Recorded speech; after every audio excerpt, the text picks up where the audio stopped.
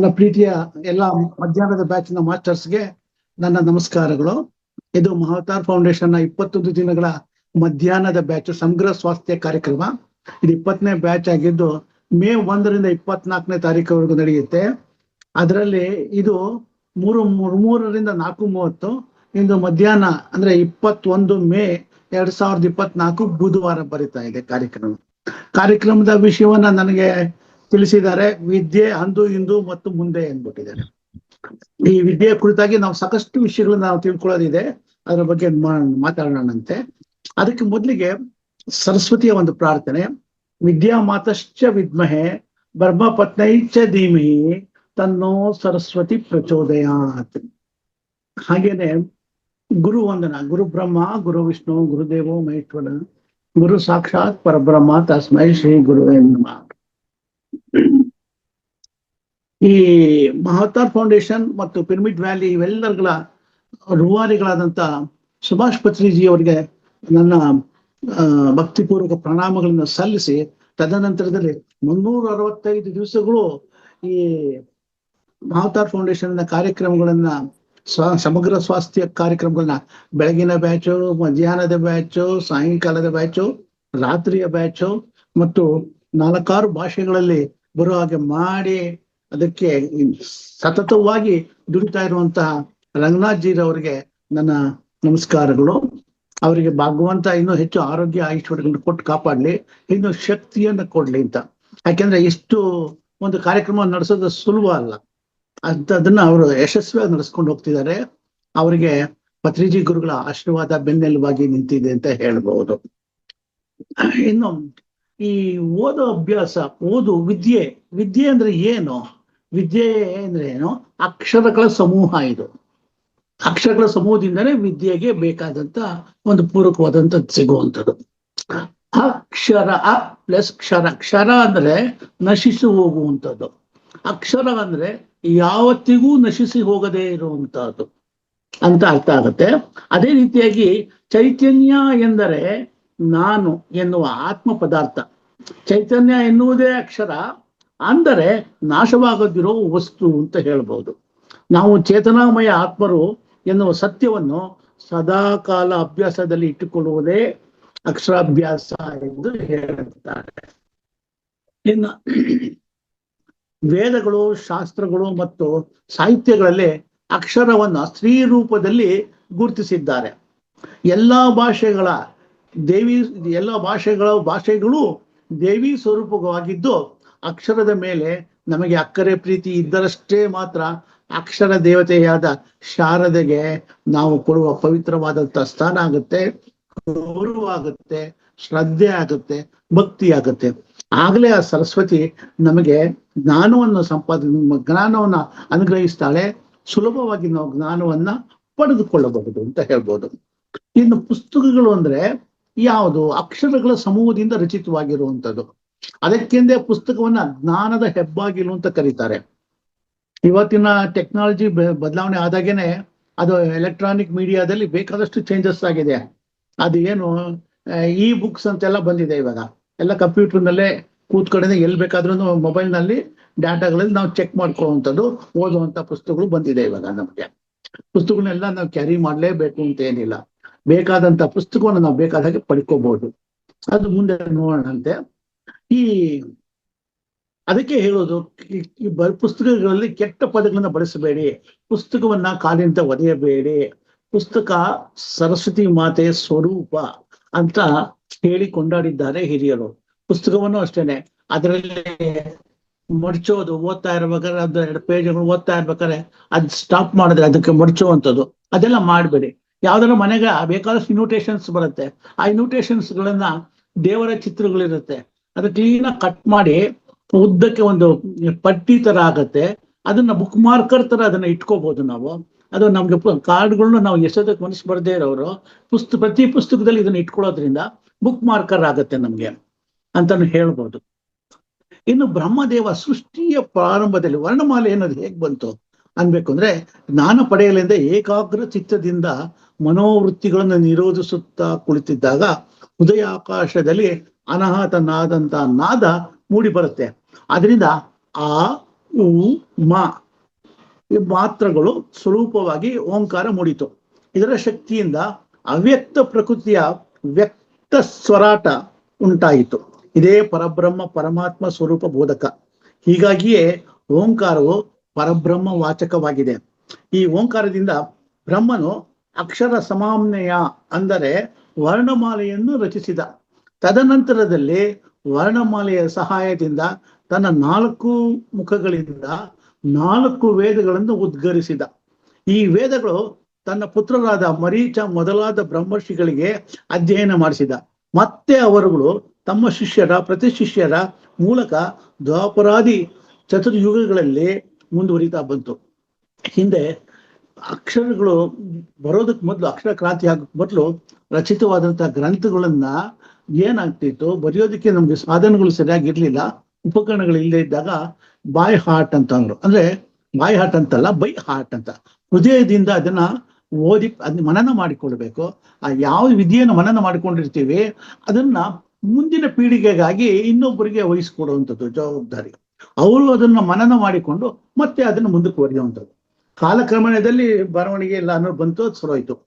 ಇನ್ನು ಬ್ರಹ್ಮಾಂಡದಲ್ಲಿ ವಿದ್ಯೆಯನ್ನ ಯಾವ್ಯಾವ ದೇವತೆಗಳಿಂದ ನಾವು ಸಂಪಾದಿಸ್ಕೋಬಹುದು ಅಂತ ಹೇಳ್ಕೊಂಡಾಗ, ಮಹಾ ಸರಸ್ವತಿಯಿಂದ ವಿದ್ಯೆಯನ್ನು ಪಡೆಯಬಹುದು, ದಕ್ಷಿಣಾಮೂರ್ತಿಯಿಂದ ನಾವು ವಿದ್ಯೆಯನ್ನು ಪಡಿಬಹುದು, ಬೃಹಸ್ಪತಾಚಾರ್ಯ ಅಂದ್ರೆ ಗುರುಗಳು, ಗುರುಗ್ರಹ, ಇವರಿಂದ ನಮಗೆ ವಿದ್ಯೆ ಅನುಗ್ರಹ ಆಗತ್ತೆ.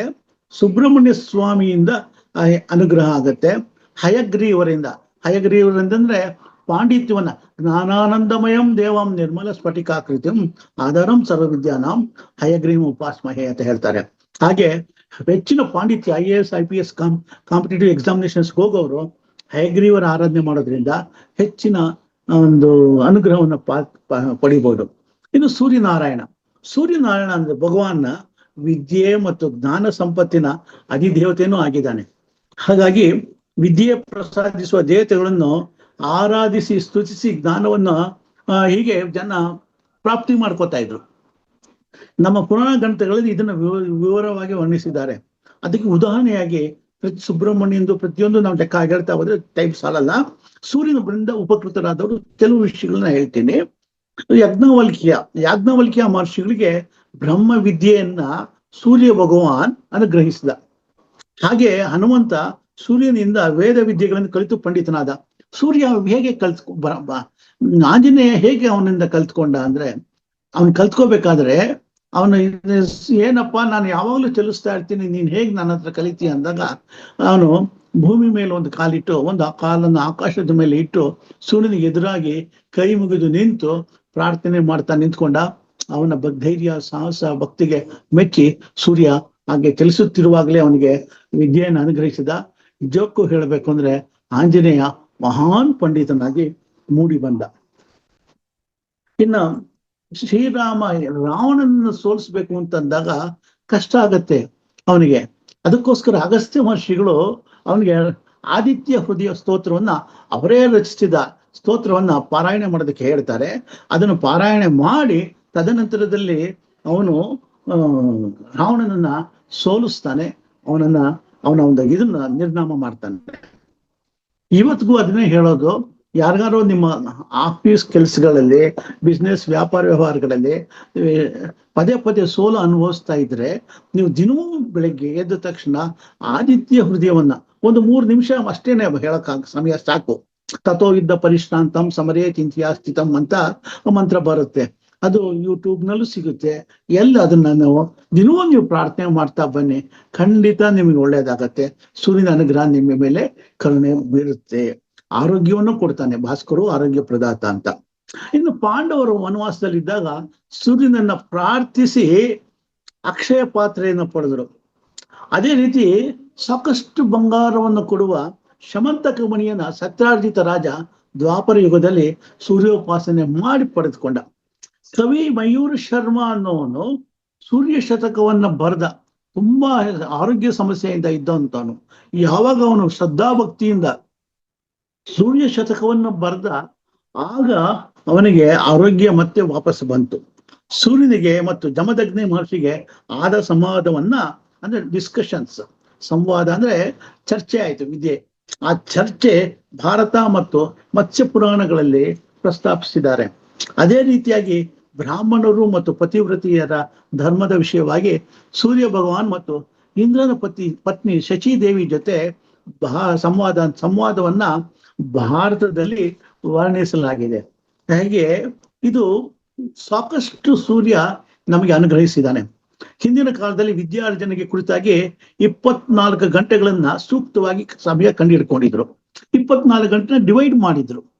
ಸರಸ್ವತಿ ಯಾಮ, ಯಾವುದು ಸರಸ್ವತಿ ಯಾಮ? ಒಂದು ದಿನಕ್ಕೆ 24 ಗಂಟೆಗಳು. 24 ಗಂಟೆನಲ್ಲಿ 2 ಗಂಟೆಗಳಿಗೆ ಒಂದೊಂದು ಯಾಮ. ಈ ಯಾಮದಲ್ಲಿ ಈಗ ಸಂಜೆಗೆ ನಾನು ಹೇಳ್ತೀನಿ ನೋಡಿ, ಶ್ರೀಯಾಮ ಸಾಯಂಕಾಲ 6 ಗಂಟೆಯಿಂದ 8 ಗಂಟೆಯವರೆಗೆ ಇರೋದೇ ಶ್ರೀಯಾಮ. ಜ್ಯೇಷ್ಠಯಾಮ ಇದು ಸಾಯಂಕಾಲ 8ರಿಂದ 10 ಗಂಟೆವರೆಗೆ ಇರುತ್ತೆ. ಪಾರ್ವತಿಯಾಮ ರಾತ್ರಿ 10 ಗಂಟೆಯಿಂದ 12 ಗಂಟೆವರೆಗೆ ಇರುತ್ತೆ. ದುರ್ಗಾಯಾಮ ರಾತ್ರಿ 12 ಗಂಟೆಯಿಂದ ಬೆಳಗಿನ ಜಾವ 2 ಗಂಟೆವರೆಗೆ ಇರುತ್ತೆ. ಭದ್ರಕಾಳಿಯಾಮ ಬೆಳಗಿನ ಜಾವ 2 ಗಂಟೆಯಿಂದ 4 ಗಂಟೆವರೆಗೆ ಇರುತ್ತೆ. ಸರಸ್ವತಿಯಾಮ ಬೆಳಗ್ಗೆ 4 ಗಂಟೆಯಿಂದ 6 ಗಂಟೆಯವರೆಗೆ ಇರುತ್ತದೆ. ವಿದ್ಯಾರ್ಥಿಗಳಿಗೆ ಸರಸ್ವತಿ ಯಾಮದ ಅತ್ಯಂತ ಪವಿತ್ರವಾದದ್ದು ಹಾಗೂ ಪ್ರಶಸ್ತವಾದದ್ದು ಎಂದು ನಮ್ಮ ಋಷಿ ಮುನಿಗಳು ಸಾದರಪಡಿಸಿದ್ದಾರೆ. ಈ ಸಮಯದಲ್ಲಿ ಶರೀರ ಮತ್ತು ಮನಸ್ಸು ಶಕ್ತಿವಂತವಾಗಿದ್ದು ಗ್ರಹಣ ಶಕ್ತಿಯನ್ನ ಮೆದುಳಿಗೆ ನೀಡುತ್ತೆ. ಒಂದು ಟಾನಿಕ್ ಇದ್ದಾಗೆ ಅದು. ಸರಸ್ವತಿ ಯಾಮಕ್ಕೆ ಮತ್ತೊಂದು ಹೆಸರು ಬ್ರಾಹ್ಮಿ ಮುಹೂರ್ತ ಅಂತ ಕರೀತಾರೆ. ಈ ಬ್ರಾಹ್ಮಿ ಮುಹೂರ್ತದಲ್ಲಿ ಅಭ್ಯಾಸ ಮಾಡುವ ಯಾವುದೇ ವಿದ್ಯೆ ಕೂಡ ಚಿರಕಾಲ ಮನಸ್ಸಿನಲ್ಲಿ ನೆನಪಿನಲ್ಲಿ ಉಳಿಯುತ್ತದೆ, ಮೆದುಳಿನಲ್ಲಿ ಚಿರಕಾಲವು ಉಳ್ಕೊಳ್ಳುತ್ತೆ. ಅದಕ್ಕೆ ಹೇಳ್ತಾ ಇದ್ರು ಬೆಳಗಿನ ಜಾವ ಓದಿ ಅಂದ್ಬಿಟ್ಟಿದ್ದಾರೆ. ಈ ಶುಭ ಮುಹೂರ್ತದಲ್ಲಿ ನಾವು ವಿದ್ಯೆಯನ್ನು ಕಲಿಬೇಕು ಅಂತ ಹೇಳೋದು. ಈ ಸಮಯದಲ್ಲಿ ಮೆದುಳಿನ ಬಲಭಾಗದಲ್ಲಿ ನಿಗದಿತವಾದಂತ ಗ್ರಂಥಿಯೊಂದು ಜಾಗೃತವಾಗಿರುತ್ತದೆ. ಈ ಜಾಗೃತವಾಗಿರುವಂಥದ್ದು ನಮಗೆ ಕಲಿಕೆಯ ಸಾಮರ್ಥ್ಯವನ್ನು ಹೆಚ್ಚು ಮಾಡುತ್ತೆ. ಈ ಸಮಯದಲ್ಲಿ ಕೈಕಾಲು ಮುಖ ತೊಳ್ಕೊಂಡು ಸ್ವಚ್ಛರಾಗಿ ಎಳ್ಳೆಣ್ಣೆ ದೀಪ ಇಲ್ಲ ಹಸುವಿನ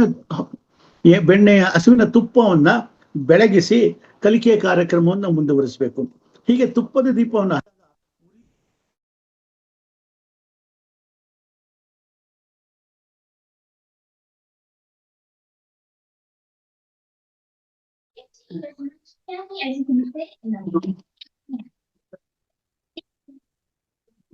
ಸರ್ ನೆಟ್ವರ್ಕ್ ಇಶ್ಯೂ ಇದೆ ಅನ್ಸುತ್ತೆ.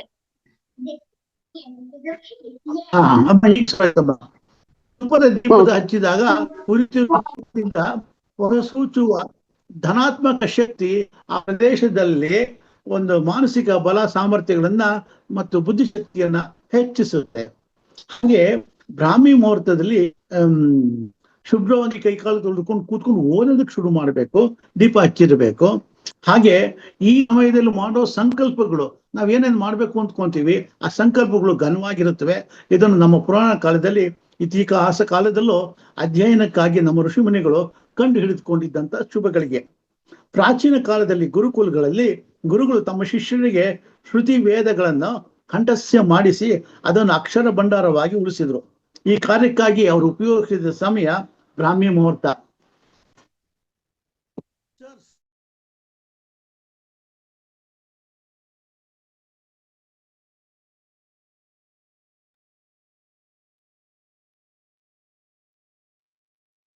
ಡಿಯರ್ ಮಾಸ್ಟರ್ಸ್, ಈ ಬ್ರಾಹ್ಮಿ ಮುಹೂರ್ತದ ಬಗ್ಗೆ ಹೇಳ್ತಾ ಇದ್ದೀನಿ. ಈ ನಮ್ಮ ಮಹಾವತಾರ್ ಫೌಂಡೇಶನ್ ನಲ್ಲಿ ಬೆಳಗಿನ ಜಾವ 4 ಗಂಟೆಗೆ ಕಾರ್ಯಕ್ರಮಗಳು ಶುರುವಾಗುತ್ತವೆ. ಅದರಲ್ಲಿ ಈ ಬ್ರಾಹ್ಮಿ ಮುಹೂರ್ತದಲ್ಲಿ ಶುರುವಾಗುವಂಥದ್ದು. ಅದರಲ್ಲಿ ರಂಗನಾಥ್ ಜಿ ಅವರು ಯೋಗ, ಪ್ರಾಣಾಯಾಮ ಮತ್ತು ಸಮಗ್ರ ಸ್ವಾಸ್ಥ್ಯದ ವಿಷಯವಾಗಿ ಸಾಕಷ್ಟು ವಿಷಯಗಳನ್ನ ಚರ್ಚೆ ಮಾಡ್ತಾರೆ. ಯೋಗವನ್ನು ಹೇಳ್ಕೊಡ್ತಾರೆ. ನಾಗರಾಜ್ ಮಾಸ್ಟರ್ ಅವರು ಹೇಳ್ಕೊಡ್ತಾರೆ. ಅವ್ರು ತಗೊಂಡಿರೋ ಸಮಯನ ಎಷ್ಟು ಪ್ರಶಸ್ತವಾದ್ದು ಅನ್ನೋದನ್ನ ಈ ಇದರಲ್ಲಿ ನಾನು ನಿಮ್ಗೆ ಉದಾಹರಣೆ ಸಮೇತ ತಿಳಿಸ್ತಾ ಇದ್ದೀನಿ. ಅದು ತುಂಬಾ ಪ್ರಶಸ್ತವಾದ ಸಮಯ. ಬೆಳಗಿನ ಜಾವದತ್ತು ಸ್ವಲ್ಪ ಸಮಯವನ್ನ ನಾವು ಮಧ್ಯಾಹ್ನದ ಮೇಲೆ ಸ್ವಲ್ಪ ರೆಸ್ಟ್ ತಗೊಳ್ಬೇಕಾದ್ರೆ ವಯಸ್ಸಾದವ್ರಿದ್ರೆ. ಬಟ್ ಬೆಳಗಿನ ಜಾವ ಎಚ್ಚರ ಆಗಿದ್ರೆ ಸುಮ್ಮನೆ ಹಾಸಿಗೆ ಮೇಲೆ ಮಲ್ಕೊಂಡಿರೋದಕ್ಕಿಂತ ಎದ್ದು ಚಟುವಟಿಕೆಯಿಂದ ಕೈಕಾಲು ಮುಖ ತೊಳೆದುಕೊಂಡು ಬಂದು ಕೂತ್ಕೊಂಡು ನಮ್ಮ MFN ಫೌಂಡೇಶನ್ ನ ಈ ಕಾರ್ಯಕ್ರಮಗಳನ್ನ ಝೂಮ್ ಮೀಟಿಂಗ್ ನಲ್ಲಿ ಬರುತ್ತವೆ. ಅದನ್ನ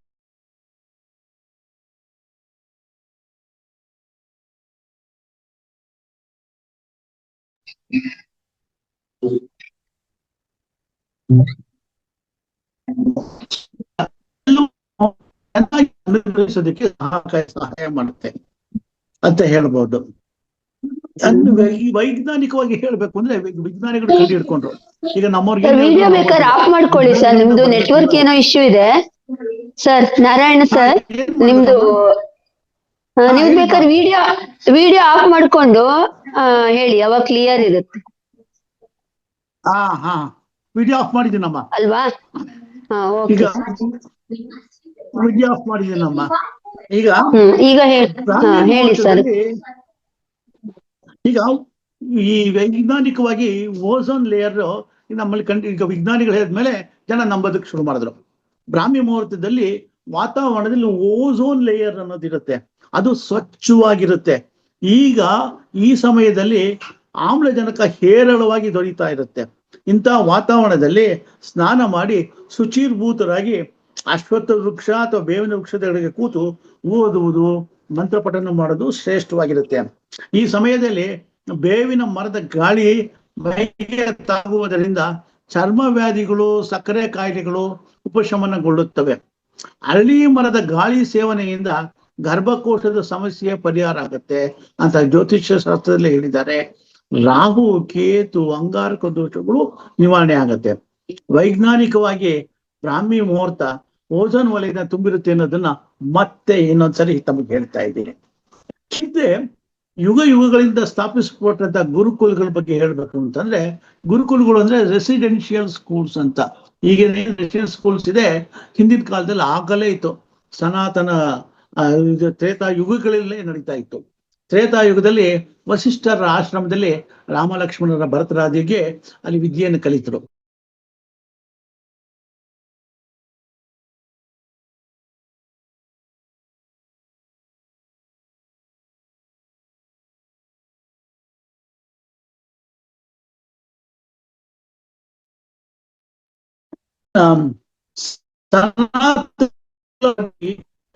ಚರಿತ್ರೆಯಲ್ಲಿ ಇರುವಂತಹದ್ದು ಯಾವುದು ಅಂತಂದ್ರೆ, ರಾಜ ಮಹಾರಾಜರ ಸುಪರ್ದಿನಲ್ಲಿ ಎಷ್ಟೋ ಗ್ರಂಥಾಲಯಗಳು ಬೆಳೆದುಕೊಂಡು ಬಂದವು. ಅದರಲ್ಲಿ ನಳಂದ ಯೂನಿವರ್ಸಿಟಿ, ತಕ್ಷಶಿಲಾ, ವಿಕ್ರಮಶೀಲ, ಸೋಮಪುರ ಮಹಾವಿಹಾರ, ಓಡಾಂತಪುರಿ, ಕಾಶ್ಮೀರಿ ಶಾರದಾ ಪೀಠ, ಪುಷ್ಪಗಿರಿ ವಿಹಾರ, ಮಿಥಿಲಾ ಯೂನಿವರ್ಸಿಟಿ, ವಲ್ಲಭೈ ಯೂನಿವರ್ಸಿಟಿ, ಗುರುಕುಲ, ಕಂಗ್ರಿ ವಿಶ್ವವಿದ್ಯಾನಿಲಯ, ಕೆರಿಯರ್ ಪಾಯಿಂಟ್ ಗುರುಕುಲಗಳು, ಹೀಗೆ ಪರಮಾರ್ಥ ನಿಕೇತನ ಆಶ್ರಮ, ಗುರುಕುಲ ಸಂಸ್ಕೃತ ಮಹಾವಿದ್ಯಾಲಯ, ಹರ್ಷ ಗುರುಕುಲ, ಹಾಗೆ ವಿಶೇಷವಾದ್ದು ಸ್ವಾಮಿನಾರಾಯಣ ಗುರುಕುಲ. ಹೀಗೆ ಸಾಕಷ್ಟು ಗುರುಕುಲಗಳು ಅಂದಿಗೂ ನಡೆದವು, ಇಂದಿಗೂ ನಡೀತಾ ಇದೆ. ಸಾಕಷ್ಟು ಮಠಾಧೀಶ್ವರಗಳು ತಮ್ಮ ತಮ್ಮ ಆಶ್ರಮಗಳಲ್ಲಿ ಇದನ್ನ ನಡೆಸ್ಕೊಂಡು ಬರ್ತಾ ಇದ್ದಾರೆ. ಅದಕ್ಕೆ ತಕ್ಕನಾಗೆ ವೈಜ್ಞಾನಿಕವಾಗಿ ವಿಜ್ಞಾನ ಮುಂದುವರೆದಂತೆ ಈ ಕೋರ್ಸ್ಗಳನ್ನು ಮಾಡ್ತಾ ಇದ್ದಾರೆ, ಈಗ ಕಂಟಿನ್ಯೂ ಮಾಡ್ತಾ ಇದ್ದಾರೆ. ಅದಕ್ಕೆ ಸೂಕ್ತ ಬದಲಾವಣೆಗಳನ್ನು ಮಾಡ್ಕೊತಾ ಇದ್ದಾರೆ. ಸಾವಿದ್ಯಾಯ ಮುಕ್ತಯೇ ಅಂದ್ರೆ ಮುಕ್ತಿಗೆ ಯಾವುದು ದಾರಿ ಮಾಡಿಕೊಡುತ್ತೆ ಅದನ್ನೇ ವಿದ್ಯೆ ಅಂತ ಕರೆಯೋದು. ಆಧ್ಯಾತ್ಮದಲ್ಲಿ ನಾವು ವಿದ್ಯೆ, ಈಗೇನು ನಾವು ಧ್ಯಾನ ಮಾಡ್ಬೇಕು ಅಂದಾಗ, ಈಗ ಸುತ್ಲಜಾ ಭಟ್ ಅವ್ರು ಹೇಳ್ಕೊಟ್ರು ಧ್ಯಾನ ಹೇಗೆ ಮಾಡಬೇಕು ಅನ್ನೋದನ್ನ. ಅದನ್ನ ನಾವು ಅದು ಒಂದು ವಿದ್ಯೆ. ಅದನ್ನ ನಾವು ಕಲ್ತ್ಕೊಂಡು ಅದನ್ನ ನಮ್ಮ ಜೀವನದಲ್ಲಿ ಅಡಾಪ್ಟ್ ಮಾಡ್ಕೊಂಡಾಗ ಅದು ನಮಗೆ ಜೀವನದಲ್ಲಿ ಯಶಸ್ಸನ್ನ ಕೊಡುತ್ತೆ, ಆರೋಗ್ಯವನ್ನು ಕೊಡುತ್ತೆ, ಮನಸ್ಸಿಗೆ ನೆಮ್ಮದಿಯನ್ನು ಕೊಡುತ್ತೆ. ಅಜ್ಞಾನದಿಂದ ಜ್ಞಾನದ ಲೋಕಕ್ಕೆ ಕರೆದೊಯ್ಯೋದೇ ವಿದ್ಯೆ ನಮ್ಮನ್ನ. ವಿದ್ಯೆ ಎಂದರೆ ಜ್ಞಾನೇಶ್ವರಿ. ಅದರಿಂದನೇ ವಿದ್ಯೆ ಎಲ್ರಿಗೂ ಸಿಗುತ್ತೆ. ಒಬ್ಬ ಕೆಟ್ಟ ವ್ಯಕ್ತಿ ಇರ್ಬೋದು, ಅವನು ಶ್ರದ್ಧೆ ತೋರಿಸಿದ್ರೆ ಆ ಕೆಟ್ಟವನಾದ್ರೂ ಅವನಿಗೆ ದೈವಾನುಗ್ರಹ ಆಗತ್ತೆ, ವಿದ್ಯೆಗಳು ಅವನಿಗೆ ಪ್ರಾಪ್ತಿ ಆಗತ್ತೆ ಅಂತ ಪುರಾಣಗಳಲ್ಲಿ ವರ್ಣಿಸಿದ್ದಾರೆ. ಹಾಗಾಗಿ ಎಷ್ಟೋ ದುಷ್ಟ ಜನಗಳು, ರಾಕ್ಷಸರು ಶ್ರದ್ಧಾ ಭಕ್ತಿಯಿಂದ ಜ್ಞಾನವನ್ನು ಅರ್ಜಿಸಿದ್ರು, ಪಾರಾಯಣೆ ಮಾಡ್ಕೊಂಡಿದ್ರು. ವಿದ್ಯೆ, ಜ್ಞಾನ ಬಹಳ ದೊಡ್ಡದು. ಜ್ಞಾನದ ಬೆಳಕಿನಿಂದ ಇಡೀ ಸೃಷ್ಟಿಯನ್ನೇ ನಾವು ಬೆಳೆಸಬಹುದು ಅಂತ ಹೇಳ್ಬೋದು. ವಿದ್ಯಾವಂತನಾದವನು ತನ್ನಲ್ಲಿರುವ ಜ್ಞಾನವನ್ನ ಇತರರಿಗೆ ನೀಡಿ ಅವರ ಏಳಿಗೆಗೂ ಕಾರಣನಾಗಬಹುದು. ಅಂದ್ರೆ ನಾವು ವಿದ್ಯೆ ನಮ್ಮಲ್ಲೇ ನಿಂತ ನೀರಲ್ಲ, ಅದು ಹರಿತಾ ಇರ್ಬೇಕು. ಅದನ್ನು ನಾವು ಇನ್ನೊಬ್ಬರಿಗೆ ಕೊಡ್ತಾ ಹೋಗ್ಬೇಕು ವಿದ್ಯೆಯನ್ನ. ಈಗ ನಮಗೇನು ಜ್ಞಾನ ತಿಳಿದಿದೆ, ನಾವು ಅದನ್ನ ಇತರೆ ಜನಗಳಿಗೂ ಹಂಚಬೇಕು. ಜ್ಞಾನ ಹಂಚಿಕೆ ನಡಿಬೇಕು. ಆಗ್ಲೇ ನನ್ಗೆ ಸ್ವಲ್ಪ ಗೊತ್ತಿದೆ, ಅದನ್ನು ಇನ್ನೊಬ್ಬರ ಜೊತೆ ಹಂಚ್ಕೊಳ್ಳುವಂಥದ್ದು. ಶ್ರದ್ಧೆ ಇರುವಂತವ್ರ ಸುಮ್ಮನೆ ಯಾರು ಗೊತ್ತಿಲ್ಲದೆ ಇರೋರಿಗೆ, ಬೇಡ ಇರೋರಿಗೆ, ಇಷ್ಟ ಇಲ್ದಿರೋರಿಗೆಲ್ಲ ನಾವು ಹಂಚ್ಕೊಳಕ್ ಹೋಗ್ಬಾರ್ದು. ಅವ್ರು ನಮ್ಮ ಮಾತುಗಳನ್ನ ನಾವು ಕೇಳೋದಿಲ್ಲ. ಯಾರು ಮಾತಾ ಸರಸ್ವತಿಯ ಸೇವನ್ನ ಈ ರೀತಿಯಾಗಿ ಶ್ರದ್ಧಾ ಭಕ್ತಿಯಿಂದ ನಿರಂತರವಾಗಿ ಮಾಡುತ್ತಿದ್ದರೆ ಮುಂದೆ ಅವರ ಅಂತ್ಯಕಾಲದಲ್ಲಿ ಅವ್ರ ಸಾವು ಸಮೀಪ ಬಂದಾಗ ಸರಸ್ವತಿ ಅಂತ ದರ್ಶನ ಪ್ರಾಪ್ತಿಯಾಗತ್ತೆ. ಅವಳ ಪಾದ ಪದ್ಮದಲ್ಲಿ ಐಕ್ಯರಾಗ್ತಾರೆ ಅನ್ನೋದು ಒಂದು ಐತಿಹ್ಯ. ವಿದ್ಯಾತುರಾಣಂ ನ ಸುಖ ನ ನಿದ್ರಹ. ಅಂದ್ರೆ ಯಾರು ವಿದ್ಯಾ ಬುದ್ಧಿ ಜ್ಞಾನ ಬೇಕು ಅಂತಾರೆ ಅವರಿಗೆ ಸುಖ ನಿದ್ರೆ ಅನ್ನೋದು ಇರೋದಿಲ್ಲ ಅಂತ ಹೇಳ್ತಾರೆ. ಅದು ಹಾಗೆ ಇರಬೇಕು ಅಂತಾನು ಹೇಳ್ತಾರೆ. ಪ್ರತಿ ಕ್ಷಣದಲ್ಲೂ ವಿದ್ಯೆ ಜ್ಞಾನ ಅಂತ ಹಂಬಲಿಸ್ತಾ ಇರ್ಬೇಕು, ವಿದ್ಯೆಗೆ ಶರಣಾಗ್ಬೇಕು, ಜ್ಞಾನ ಪಿಪಾಸುಗಳಾಗಿರ್ಬೇಕು. ಈ ರೀತಿಯಾಗಿದ್ದಾಗ ಅಷ್ಟೇನೆ ಅವರು ಮಾಡೋದಕ್ಕೆ ಸಾಧ್ಯ. ಕುಟುಂಬಕ್ಕೆ, ಸಮಾಜಕ್ಕೆ ಉತ್ತಮ ಭೂಷಣಪ್ರಾಯರಾಗ್ತಾರೆ, ಉತ್ತಮ ಪ್ರಜೆಗಳಾಗ್ತಾರೆ, ಕೀರ್ತಿವಂತರಾಗ್ತಾರೆ, ಯಶೋವಂತರಾಗ್ತಾರೆ. ವಿದ್ಯೆ ಎಂಬ 2 ಅಕ್ಷರವು ಸಂಪತ್ತಿಗೆ ಸಮಾನವಾದದ್ದು. ಅದು ಎಲ್ಲಿ ಬೇಕಾದ್ರೂ ಸಂಪಾದನೆ ಮಾಡೋದಕ್ಕೆ ದಾರಿಯನ್ನು ಮಾಡಿಕೊಡ್ತದೆ.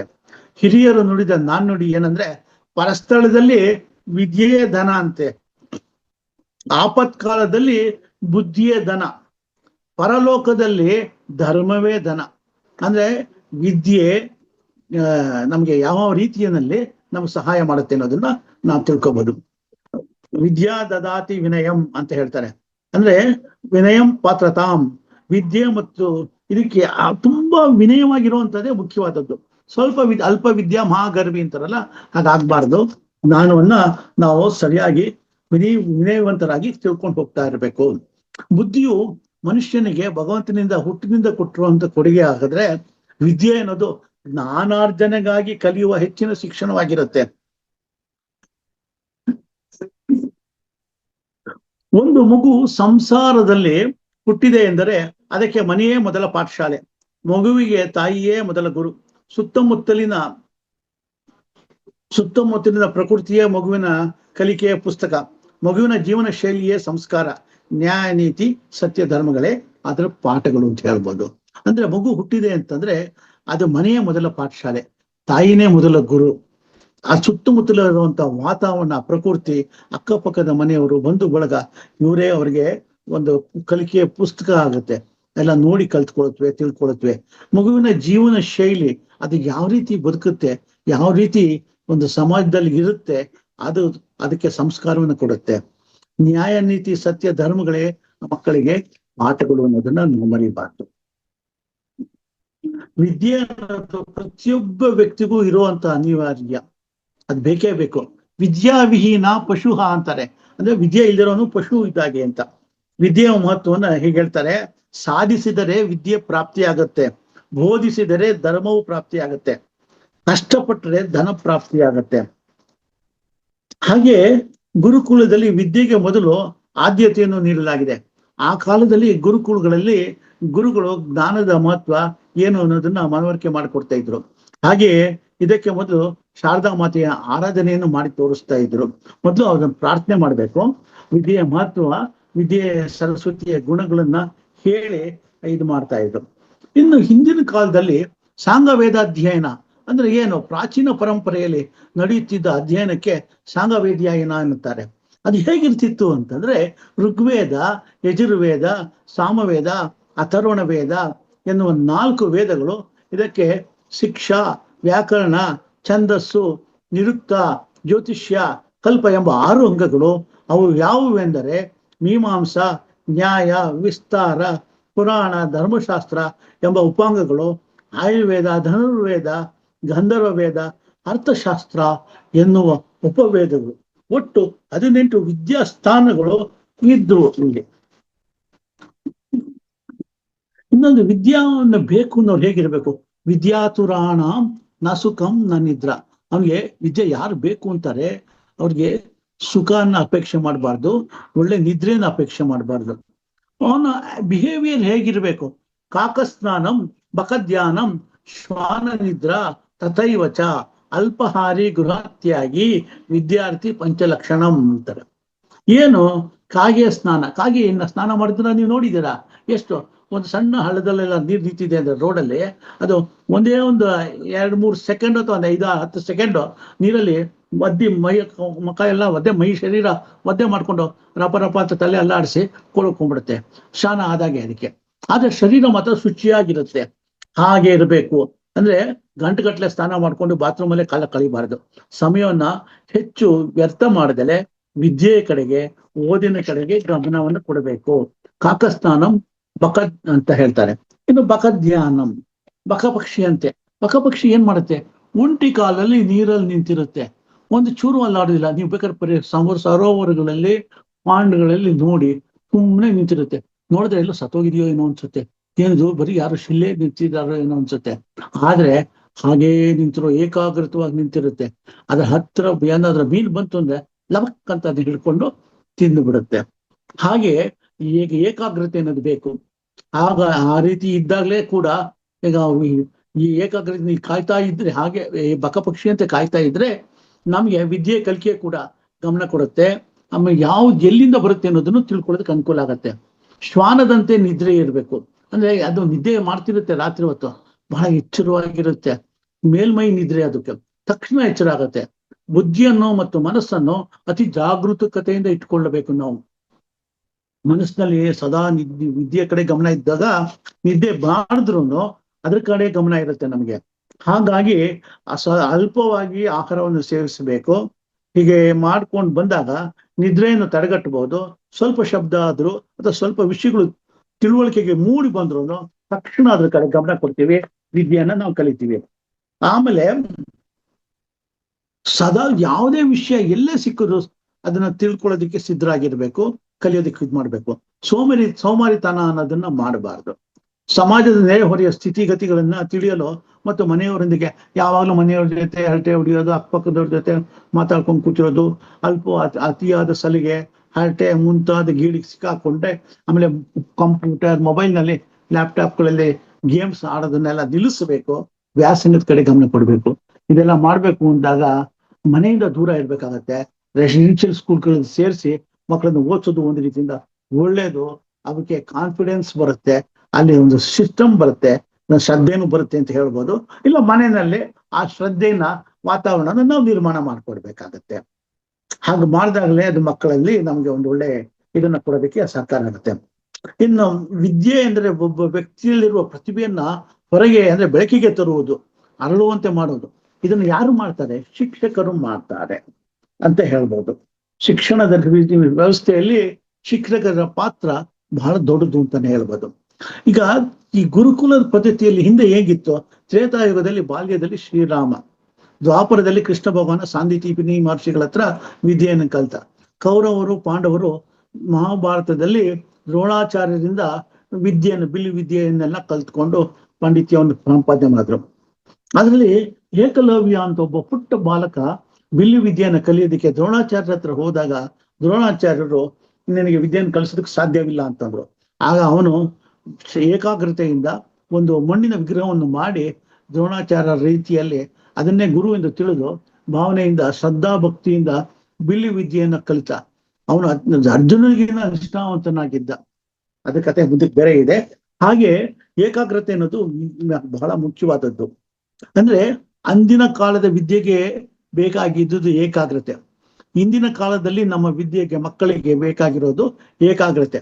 ಮುಂದೆ ಏನು ಮುಂದೆ ಫ್ಯೂಚರ್ನಲ್ಲಿ ಎಷ್ಟು ಜನರೇಷನ್ನೇ ಬರಲಿ, ಮನುಷ್ಯನಿಗೆ ಏಕಾಗ್ರತೆ ಇಲ್ಲದೆ ಏನು ಮಾಡೋಕ್ಕಾಗಲ್ಲ. ಅರ್ಜುನ ಮರದ ಮೇಲೆ ಒಂದು ಗಿಣಿಯ ಬೊಂಬೆಯನ್ನ ಇಟ್ಬಿಟ್ಟು ದ್ರೋಣಾಚಾರ್ಯರು ಕೆಳಗಡೆ ನಿಲ್ಲಿಸಿ ಮಕ್ಕಳನ್ನೆಲ್ಲ ಬಾಣ ಬಿಡಿ ಅಂತಂದಾಗ, ಅವನಿಗೆ ಕಣ್ಣಿಗೆ ಬಾಣ ಬಿಡಬೇಕು ಅಂದಾಗ ಅರ್ಜುನ ಮಾತ್ರ ನನಗೆ ಕಣ್ಣು ಮಾತ್ರ ಕಾಣಿಸ್ತಾ ಇದೆ ಪಕ್ಷಿದು, ಬೇರೆ ಏನು ಕಾಣಿಸ್ತಿಲ್ಲ ಅಂತ ಹೇಳಿ ಏಕಾಗ್ರತೆಯಿಂದ ಅದಕ್ಕೆ ಕಾನ್ಸಂಟ್ರೇಷನ್ ಮಾಡ್ದ. ಹಾಗೆ ನಮ್ಮ ಗುರಿ ಹತ್ರ ನಾವು ಜ್ಞಾಪಕ ಇರಬೇಕು. Arise awake and stop not till the goal reached ಅಂತ ಆ ಒಂದು ಭಾವನೆಯನ್ನು ಇಟ್ಕೊಂಡಾಗಷ್ಟೇ ನಾವು ಮಾಡೋಕ್ಕಂಥದ್ದು. ಇನ್ನು ವಿದ್ಯೆ ಬಗ್ಗೆ ಹೇಳ್ಬೇಕು ಅಂತಂದ್ರೆ sense, collect, adapt and notify ಅಂತ ಹೇಳ್ತೀವಿ ನಾವು. ಅದನ್ನ ನಾವು ಮಾಡ್ಕೊಂಡು ಹೋಗ್ಬೇಕು. ಈಗ ಅಂದಿನ ಏಕಾಗ್ರತೆ ಅನ್ನೋದನ್ನ ಇವತ್ತಿಗೆ ನಾವು ಕಾನ್ಸಂಟ್ರೇಷನ್ ಅಂತಾನೆ ಕರಿತೀವಿ, ಅಂದ್ರೆ ಕೇಂದ್ರೀಕರಿಸೋದು ಅಂತ. ಆಧ್ಯಾತ್ಮದಲ್ಲೂ ಅಷ್ಟೇ, ಧ್ಯಾನ ಮಾಡ್ಬೇಕಾದ್ರೂ ಅಷ್ಟೇನೆ, ನಮ್ಗೆ ಏಕಾಗ್ರತೆ ಇದ್ರಷ್ಟೇನೆ ನಮ್ಗೆ ಅತಿ ಸುಲಭವಾಗಿ ನಾವು ಗುರಿಯನ್ನು ಮುಟ್ಟಬಹುದು. ಗುರಿ ಅಂದ್ರೆ ಗೋಲ್, ಈಗಿನ ಗೋಲ್ ಅಂತ ಕರಿತೀವಿ. ಶಿಕ್ಷಣ ಪದ್ಧತಿಯಲ್ಲಿ ವಿದ್ಯೆಗೆ ವಿಶೇಷವಾದಂತ ಮಹತ್ವ ಇದೆ. ಹೀಗಾಗಿ ಅನೇಕ ಶಿಕ್ಷಣ ಸಂಸ್ಥೆಗಳು ಹುಟ್ಟುಕೊಂಡವು, ವೆಚ್ಚಗಳು ಹೆಚ್ಚಾಗಿದೆ, ಬೇಕಾದಷ್ಟು ಶಿಕ್ಷಣ ಸಂಸ್ಥೆಗಳು ಬಂದಿವೆ, ತಕ್ಕನಾಗೆ ನಾನಾ ರೀತಿಯ ವಿದ್ಯೆಗಳನ್ನು ಹೇಳ್ಕೊಡುವಂತಹದ್ದು ಬಂದಿದೆ. ವಿದ್ಯೆಗಳನ್ನ ನಾನಾ ರೀತಿಯಾಗಿ ವಿಭಜಿಸಿದ್ದಾರೆ. ಈಗ ಹೇಗೆ ತಾಂತ್ರಿಕ ಮಾಹಿತಿ ಕ್ಷೇತ್ರದಲ್ಲಿ, ವಿದ್ಯಾ ಕ್ಷೇತ್ರದಲ್ಲಿ ಸಾಕಷ್ಟು ಬದಲಾವಣೆಗಳು ಬಂತು, ಹಾಗಾಗಿ ಬೇಕಾದಷ್ಟು ಪುಸ್ತಕಗಳು, ಗ್ರಂಥಗಳು ಬರ್ತಾ ಇವೆ. ಅದನ್ನ ಹೇಗೆ ಡಿಸಿಮಿನೇಷನ್ ಮಾಡುವಂಥದ್ದು, ಹೇಗೆ ಸರ್ಚ್ ಮಾಡುವಂಥದ್ದು, ಇನ್ಫಾರ್ಮೇಶನ್ ಎಕ್ಸ್ಪ್ಲೋಷನ್ ಆಗ್ತಾ ಇದೆ ಅಂದ್ರೆ ಅದನ್ನ ನಾವು ಆಡ್ಸಕ್ಕಾಗ್ದಲೇನೆ ಇನ್ಫಾರ್ಮೇಶನ್ ವಾಮಿಟಿಂಗ್ ಆಗ್ತಾ ಇದೆ. ನಮ್ಗೆ ಬೇಕಾದ ವಿಷಯಗಳನ್ನು ನಮ್ಗೆ ತಕ್ಷಣ ತಗೊಳ್ಳೋದಕ್ಕೆ ಕಷ್ಟ ಆಗ್ತಿದೆ. ಅದಕ್ಕೋಸ್ಕರ ಅಂತಾನೆ ವಿದೇಶಗಳಲ್ಲಿ Davy decimal classification, universal decimal classification ಅಂತ ಒಂದು ಪುಸ್ತಕಗಳನ್ನ ವಿಭಜನೆ ಮಾಡಿ ಫಿಕ್ಸ್ ಮಾಡಿದ್ರು. ಈ ವಿಷಯ ಸ್ವಲ್ಪ ಅಪರೂಪದ್ದು ಅನ್ಸುತ್ತೆ, ವಿಚಿತ್ರ ಅನ್ಸುತ್ತೆ, ಬಟ್ ಶ್ರದ್ಧೆಯಿಂದ ಕಲ್ತ್ರೆ ಬಹಳ ತಿಳ್ಕೊಳ್ಳುವಂಥದ್ದು ಮಾಹಿತಿ ವಿಷಯ ಇದು. ಡೇವಿಡ್ ಡೆಸಿಮಲ್ ಕ್ಲಾಸಿಫಿಕೇಶನ್ ಅಂತಂದ್ರೆ ಇದು ಈ ಕಾಲೇಜ್ಗಳು ಅಕಾಡೆಮಿಕ್ ಪರ್ಪಸ್ ನಲ್ಲಿ ಪುಸ್ತಕಗಳನ್ನ ಇಂಡೆಕ್ಸ್ ಮಾಡಿ ಅವುಗಳಿಗೆ ಪ್ರಿಫಿಕ್ಸ್ ನಂಬರ್ಗಳನ್ನ ಕೊಡ್ತಾರೆ, ಮುಂದ್ಗಡೆ ನಂಬರ್ಗಳು ಕೊಟ್ಟಿರ್ತಾರೆ. ಆ ನಂಬರ್ಗಳಿಂದ ಆ ಸಬ್ಜೆಕ್ಟ್ಗಳನ್ನ ಡಿರೈವ್ ಮಾಡಿರ್ತಾರೆ. ಆ ಪುಸ್ತಕಗಳ ಮೇಲೆ ಒಂದು ಬಿಳಿಯ ಬಣ್ಣದ ಗುಂಡನೆಯ ಚೀಟಿಯನ್ನು ಅಂಟಿಸಿ ಅದರಲ್ಲಿ ನಂಬರ್ಗಳನ್ನ ಬರೆದಿರ್ತಾರೆ. ಆ ರ್ಯಾಕ್ ಅಲ್ಲಿ ಅದನ್ನ ಬರೆದಿಟ್ಟಿರ್ತಾರೆ. ಅದ್ರಲ್ಲಿ ಹೋದಾಗ ನಿಮ್ಗೆ ಇಂಡೆಕ್ಸ್ ನಂಬರ್ ಇರುತ್ತೆ, ಈಸಿಯಾಗಿ ನಾವು ಪುಸ್ತಕಗಳನ್ನ ನಾವು ಕಂಡುಹಿಡ್ಕೋಬಹುದು. ಅದೇ ರೀತಿಯಾಗಿ ಯೂನಿವರ್ಸಲ್ ಡೆಸಿಮಲ್ ಕ್ಲಾಸಿಫಿಕೇಶನ್, ಈ ಎರಡು ಕ್ಲಾಸಿಫಿಕೇಶನ್ಗಳಲ್ಲಿ ಪುಸ್ತಕಗಳನ್ನ ನಮ್ಗೆ ಇದು ಮಾಡಿದ್ರು. ಆದ್ರೆ ಭಾರತೀಯ ಪುಸ್ತಕಗಳಿಗೆ ಏನು ಸಿಗ್ಲಿಲ್ಲ ನಮ್ಗೆ. ಫಿಲಾಸಫಿ ಅಂತ ಬಿಟ್ಬಿಟ್ರು. ಅದ್ರಲ್ಲಿ ನಮ್ದು ಎಷ್ಟೊಂದಿದೆ, ಎಷ್ಟು ಕ್ಲಾಸಿಫಿಕೇಶನ್ಸ್ ಇದೆ, ಅದು ಹೇಗೆ ಕಂಡುಹಿಡಿಯೋದು? ಆವಾಗ ಭಾರತದಲ್ಲಿ ಪ್ರೊಫೆಸರ್ ಎಸ್ ಆರ್ ರಂಗನಾಥನ್ ಅನ್ನೋರು ಮಡ್ರಾಸ್ ಯೂನಿವರ್ಸಿಟಿನಲ್ಲಿ ಪ್ರೊಫೆಸರ್ ಆಗಿದ್ರು. ಅವ್ರನ್ನ ಮಡ್ರಾಸ್ ಯೂನಿವರ್ಸಿಟಿನಲ್ಲಿ ಈ ಬ್ರಿಟಿಷರು ಅವ್ರನ್ನ ಒಂದು ಗ್ರಂಥಾಲಯ ವಿಭಾಗಕ್ಕೆ ಟ್ರಾನ್ಸ್ಫರ್ ಮಾಡ್ಬಿಟ್ರು, ಅವ್ರ ಮೇಲೆ ಏನೋ ಒಂದು ಜಿದ್ದಿಗೋಸ್ಕರ. ಆಗ ಅವ್ರೇನ್ ಮಾಡಿದ್ರು, ಅಲ್ಲಿ ಸುಮ್ಮನೆ ಕೂತ್ಕೊಂಡಿಲ್ಲ, ಆ ಸಬ್ಜೆಕ್ಟ್ ಹೊಸದಾದ್ರು ಅದನ್ನೆಲ್ಲ ವಿಲೀನ ಮಾಡಿ ಚೆಕ್ ಮಾಡ್ಕೊಂಡು ಬಂದ್ರು. ಅಲ್ಲಿ ಗ್ರಂಥಾಲಯದಲ್ಲಿ ಸಾಕಷ್ಟು ವಿಷಯಗಳು ಬೇಕು ಅನ್ನೋದನ್ನ UV decimal classification, DV decimal ಕ್ಲಾಸಿಫಿಕೇಶನ್ಗಳನ್ನ ತಿಳಿದುಕೊಂಡು ಆಮೇಲೆ ಅವರೇ ಒಂದು ಕ್ಲಾಸಿಫಿಕೇಶನ್ ಸಿಸ್ಟಮ್ ಅನ್ನ ತಂದ್ರು. ಅದಕ್ಕೆ ಕೋಲನ್ ಕ್ಲಾಸಿಫಿಕೇಶನ್ ಅಂತಾರೆ. ಇದು ಪ್ರಪಂಚದಾದ್ಯಂತ ಮಾನ್ಯತೆ ಪಡೆದಿದೆ. ಇವತ್ತಿಗೂ ಯುನೈಟೆಡ್ ಕಿಂಗ್ಡಮ್ ನಲ್ಲಿ ಕೋಲನ್ ಕ್ಲಾಸಿಫಿಕೇಶನ್ಗಳನ್ನ ಕೆಲವು ಗ್ರಂಥಗಳನ್ನ ವಿಂಗಡಣೆ ಮಾಡೋದಕ್ಕೆ ಉಪಯೋಗಿಸ್ತಾ ಇದ್ದಾರೆ. ಇನ್ನು ಅದರಲ್ಲಿ ಹೇಳ್ಬೇಕು ಅಂದ್ರೆ ಹೇಗೆ ವಿಂಗಡಣೆ ಮಾಡಿರ್ತಾರೆ ಅದಕ್ಕೆ ಈ 3 ಸೊನ್ನೆಗಳನ್ನು ಕೊಡ್ತೇವೆ. 000 ಕೊನೆ 0 ಬರುವಂತದ್ದು ಒಂದು 100 ನಂಬರ್ಗಳಲ್ಲಿ ಜನರಲ್ ವರ್ಕ್ಸ್, ಕಂಪ್ಯೂಟರ್, ಜರ್ನಲಿಸಮ್, ಎನ್ಸೈಕ್ಲೋಪೀಡಿಯಾಗಳು, ಮ್ಯಾನುಸ್ಕ್ರಿಪ್ಟ್ಗಳನ್ನ ಬರ್ತವೆ. ನಂಬರ್ 100 ಸಂಖ್ಯೆಯಿಂದ ಬರುವಂತ ನಂಬರ್ಗಳಿಗೆ ಪುಸ್ತಕಗಳನ್ನ ಬರೀತಾರೆ. ಅದರಲ್ಲಿ ಸೈಕಾಲಜಿ, ಎಥಿಕ್ಸ್, ಲಾಜಿಕ್, ಲರ್ನಿಂಗ್ ಬರುತ್ತೆ. 200ರಿಂದ ಬರುವಂತದ್ದು 100 ನಂಬರ್ಗೆ ರಿಲಿಜಿಯನ್ ಅಂತ ಬರುತ್ತೆ. Bible, church, theology and other religions. ಇದ್ರ ಅದರ್ ರಿಲಿಜಿಯನ್ಸ್ ಅಂತ ಕೊಟ್ಬಿಡ್ತಾರೆ. ನಮ್ಮ ರಿಲಿಜಿಯನ್ಗೆ ಏನ್ ಮಾಡ್ಬೇಕು, ನಾವು ಅಗೇನ್ ಕೋಲನ್ ಕ್ಲಾಸಿಫಿಕೇಶನ್ ನಲ್ಲಿ ಇದನ್ನ ಅಡಾಪ್ಟ್ ಮಾಡ್ಕೊಂಡ್ವಿ. ಅದೇ ರೀತಿಯಾಗಿ 300ರಲ್ಲಿ ಸೋಷಿಯಲ್ ಸೈನ್ಸಸ್ ಬರುತ್ತೆ, ಸೋಷಿಯಾಲಜಿ, ಎಕನಾಮಿಕ್ಸ್, ಎಜುಕೇಶನ್ ಇತ್ಯಾದಿಗಳು. ಹೀಗೆ ಇದನ್ನು ವಿಂಗಡಿಸ್ತೇವೆ ಅಂದ್ರೆ 500ರಲ್ಲಿ ಪ್ಯೂರ್ ಸೈನ್ಸ್ ಬರುತ್ತೆ, ಮ್ಯಾಥಮೆಟಿಕ್ಸ್, ಬಾಟನಿ, ಫಿಸಿಕ್ಸ್. 600 ಅಂದ್ರೆ technology, medicine, engineering, business etcetera. ಇನ್ನು ಇದನ್ನೆಲ್ಲ ಹೇಳ್ತಾ ಬಂದ್ರೆ ಜಾಸ್ತಿ ಆಗುತ್ತೆ, ಇದನ್ನ ನಾನು ಇಲ್ಲಿ ಕಟ್ ಮಾಡ್ತೀನಿ. ಇನ್ನು ವಿಷಯಗಳನ್ನು ಹುಡುಕೋದಿಕ್ಕೆ ಕಂಪ್ಯೂಟರ್, ಗಣಕಯಂತ್ರಗಳು ಮೊದಲು ಹೇಳ್ಬೇಕು ಅಂತ ಬಂದಾಗ ಅದು ದೊಡ್ಡ ರೂಮ್ ಸೈಜ್ ಇತ್ತು. ಒಂದು ರೂಮ್ ಸೈಜ್ ಇದ್ದಂತ ಕಂಪ್ಯೂಟರ್ಗಳು ಕಾಲಕ್ರಮೇಣ ಬದಲಾವಣೆ ಆಗಿ ಕಂಪ್ಯೂಟರ್ ಲ್ಯಾಪ್ಟಾಪ್ ನಲ್ಲಿ ಬಂದಿದೆ. ಯಾವ ಲ್ಯಾಪ್ಟಾಪ್ ಅಂದ್ರೆ ಇದಕ್ಕೆ ಬಂದು ಸೇರ್ಕೊಂಡಿದೆ. ಮಾಹಿತಿ ತಂತ್ರಜ್ಞಾನವನ್ನ ಈಸಿಯಾಗಿ ನಾವು ಹುಡುಕೋದಕ್ಕೆ ಅನುಕೂಲ ಆಗುತ್ತೆ. ಈ ಸೆಲೆಕ್ಟಿವ್ ಡಿಸಿಮಿನೇಷನ್ ಆಫ್ ಇನ್ಫಾರ್ಮೇಶನ್, SDI ಅಂತ ಕರಿತೀವಿ. ಈ ಪುಸ್ತಕಗಳನ್ನ ನಾವು ವಿವರನ್ನ ಹೇಗೆ ನಾವು ಕಂಡುಹಿಡಿಬೇಕು ಅಂತಂದಾಗ ಸರ್ಚ್ ಮಾಡ್ಬೇಕು. ನಾವು ಯಾವ ರೀತಿ ಮಾಡ್ಬೇಕು ಅದು ನಮ್ಗೆ ತುಂಬಾ ಕಷ್ಟ ಆಗತ್ತೆ. ನಾವು ಬೇಕಾದ ಇನ್ಫಾರ್ಮೇಶನ್ ಗೂಗಲ್ ನಲ್ಲಿ ನೀವು ಸರ್ಚ್ ಮಾಡೋದಕ್ಕೆ ಹೋದಾಗ ಈ ಟೆಕ್ನಿಕ್ ಅನ್ನ ನೀವು ಯೂಸ್ ಮಾಡ್ಬೇಕಾಗತ್ತೆ. ಯಾವ್ದು ಅಂತ ನಾನು ನಿಮ್ಗೆ ಹೇಳ್ಕೊಡ್ತಾ ಇದ್ದೀನಿ. ಬೂಲಿಯನ್ ಲಾಜಿಕ್ ಅಂತ ಕರೀತಾರೆ. ಅಂಡ್ ಆರ್ ನಾಟ್ ಕಾಂಬಿನೇಷನ್ ಅಂತ. ಅಂಡ್ ಆರ್ ನಾಟ್ ಕಾಂಬಿನೇಷನ್ ಅಂತಂದ್ರೆ ಇಲ್ಲಿ ಸಣ್ಣೇಗೌಡ, ಉದಾಹರಣೆಗೆ ಸಣ್ಣೇಗೌಡರ ಬಗ್ಗೆ ಇನ್ಫಾರ್ಮೇಶನ್ ಬೇಕು ಮತ್ತು ನಾರಾಯಣ್ ಸತ್ಯೇಂದ್ರ ಕುಮಾರ್ ಬಗ್ಗೆ ಇನ್ಫಾರ್ಮೇಶನ್. ಸತ್ಯೇಂದ್ರ ಕುಮಾರ್, ಸಣ್ಣೇಗೌಡ ಅಂಡ್ ಸತ್ಯೇಂದ್ರ ಕುಮಾರ್ ಅಂತ ಹಾಕ್ತೀನಿ. ಅಂಡ್ ಅಂತ ಹಾಕಿದಾಗ ನನಗೆ ಇಬ್ಬರ ಬಗ್ಗೆನೂ ಮಾಹಿತಿ ಬೇಕು ಅಂತ. ಅದೇ ರೀತಿಯಾಗಿ ಆರ್ ಸಣ್ಣೇಗೌಡ ಆರ್ ಸತ್ಯೇಂದ್ರ ಕುಮಾರ್. ಸತ್ಯೇಂದ್ರ ಕುಮಾರ್ ಇದ್ರೂ ಪರವಾಗಿಲ್ಲ, ಸಣ್ಣೇಗೌಡರ ಬಗ್ಗೆ ವಿಷಯ ತಿಳಿದ್ರು ಪರವಾಗಿಲ್ಲ. ಅದೇ ರೀತಿಯಾಗಿ ಸಣ್ಣೇಗೌಡ ನಾಟ್ ಸತ್ಯೇಂದ್ರ ಕುಮಾರ್. ಸಣ್ಣೇಗೌಡರ ಬಗ್ಗೆ ಮಾತ್ರ ಮಾಹಿತಿ ಬೇಕು ನನಗೆ, ಸತ್ಯೇಂದ್ರ ಕುಮಾರ್ ಬಗ್ಗೆ ಮಾಹಿತಿ ಬೇಡ. ಅಂಡ್ ಆರ್ ನಾಟ್ ಈ ಕಾಂಬಿನೇಷನ್ಗಳನ್ನ ನಾವು ತಂದಾಗ ನಮಗೆ ಇನ್ಫಾರ್ಮೇಶನ್ ಸರ್ಚ್ ಮಾಡೋದಕ್ಕೆ ಈಸಿ ಆಗತ್ತೆ. ಗೂಗಲ್ ನಲ್ಲಿ ನೀವು ಸರ್ಚ್ ಮಾಡ್ಬೇಕಾದ್ರೂ ಇದನ್ನ ನೀವು ಅಪ್ಲೈ ಮಾಡ್ಕೋಬಹುದು. ಇದು ಮಾಡಿದಾಗ ನಿಮ್ಗೆ ಬೇಕಷ್ಟು ಎಷ್ಟು ಬೇಕೋ ಅಷ್ಟು ಇನ್ಫಾರ್ಮೇಶನ್ಗಳನ್ನ ನಾವು ಇದು ಮಾಡ್ಕೋಬಹುದು. ಇನ್ನು ಲ್ಯಾಪ್ಟಾಪ್ಗಳು ಬಂದ್ವು, ಪೆನ್ ಡ್ರೈವ್ಗಳು ಬಂದ್ವು. ಪೆನ್ ಡ್ರೈವ್ಗಳಲ್ಲಿ ಇನ್ಫಾರ್ಮೇಶನ್ಗಳನ್ನ ನಾವು ಇದು ಮಾಡ್ಕೊಂಡಿದ್ದೀವಿ. ಇನ್ನು ಒಟ್ಟು ಸಿಂಹಾವಲೋಕನ ನಾವು ಮಾಡ್ತಾ ಬಂತು ಅಂದ್ರೆ ಸನಾತನ ವಿದ್ಯಾ ಕಲಿತಿಕ ಪದ್ಧತಿಗಳು ಇವತ್ತಿಗೂ ನಮಗೆ ಮೂಲಾಧಾರವಾಗಿದೆ. ಅದನ್ನ ಹಾಗೆ ನಡೆಸ್ಕೊಂಡು ಹೋಗ್ತಾ ಇದ್ದೀವಿ. ಈ ಮಾಹಿತಿ ಕ್ಷೇತ್ರದಲ್ಲಿ ಸಾಕಷ್ಟು ವಿಷಯಗಳು ತುಂಬಾ ಇದೆ. ಅದು ಹೇಳ್ಬೇಕು ಅಂದ್ರೆ ಸಮಯ ಸಾಲೋದೇ ಇಲ್ಲ. ಬಹಳಷ್ಟು ವಿಷಯಗಳಿದೆ. ಬಟ್ ಇನ್ನು ಕೆಲವು ಡ್ರೈ ಸಬ್ಜೆಕ್ಟ್ ಇರೋದ್ರಿಂದ ಕೆಲವು ವಿಷಯಗಳು ಬೋರ್ ಆಗ್ಬಿಡ್ಬೋದು. ಬಟ್ ಇನ್ನೊಂದೇನು ಮನುಷ್ಯನಿಗೆ ಮುಖ್ಯವಾಗಿ ಬೇಕಾಗಿರುವಂತದ್ದು ಕನ್ಕ್ಲೂಡ್ ಮಾಡಕ್ ಹೇಳ್ತಾ ಇದ್ದೀನಿ. 5 ವಕಾರಗಳು ಮನುಷ್ಯನಿಗೆ ಮುಕುಟಪ್ರಾಯವಾದ್ದು. ಅದು ಮನುಷ್ಯನಿಗೆ ಗೌರವ, ಧನ ಧಾನ್ಯಾದಿಗಳು, ಮರ್ಯಾದೆ, ಸಕಲ ಸನ್ಮಾನಗಳನ್ನ ಉಂಟು ಮಾಡುವಂಥವು. ಪಂಚವಕಾರಗಳು ಅವು ಯಾವುವು ಅಂದ್ರೆ ವಿದ್ಯೆ, ವಿನಯ, ವಸ್ತ್ರ, ವಾಸ್ತು, ವಾಹನ. ಇವೆಲ್ಲ ಇದೆ ಅಂತಂದ್ರೆ ಮನುಷ್ಯನಿಗೆ ಒಂದು ಗೌರವ, ಮರ್ಯಾದೆ ಸಿಗುತ್ತೆ ಅಂತ ಹೇಳ್ಬೋದು. ಒಬ್ಬ ಮನುಷ್ಯ ತುಂಬಾ ಚೆನ್ನಾಗಿರ್ಬೋದು, ಸೌಕರ್ಯ ಇರ್ಬೋದು, ಎಲ್ಲ ಇರ್ಬೋದು. ಮನಸ್ಸು ಬುದ್ಧಿಯನ್ನು ಅಲಂಕರಿಸುವುದು. ಆದ್ರೆ ಇವನಿಗೆ ವಿದ್ಯೆನೇ ಇಲ್ಲದೆ ಇದ್ರೆ ಏನು ಪ್ರಯೋಜನ ಇಲ್ಲ. ಬಾಯಿ ಬಿಟ್ರೆ ಬಣ್ಣಿಗೇಡು ಅಂತಾರಲ್ಲ, ಆ ತರ ಆಗ್ಬಿಡತ್ತೆ. ಇನ್ನು ನಮ್ಮ ಜೀವನದಲ್ಲಿ ಇದೊಂದು ಮುಖ್ಯವಾದ ವಿಷಯ ನಾವು ತಿಳ್ಕೊಬೇಕು.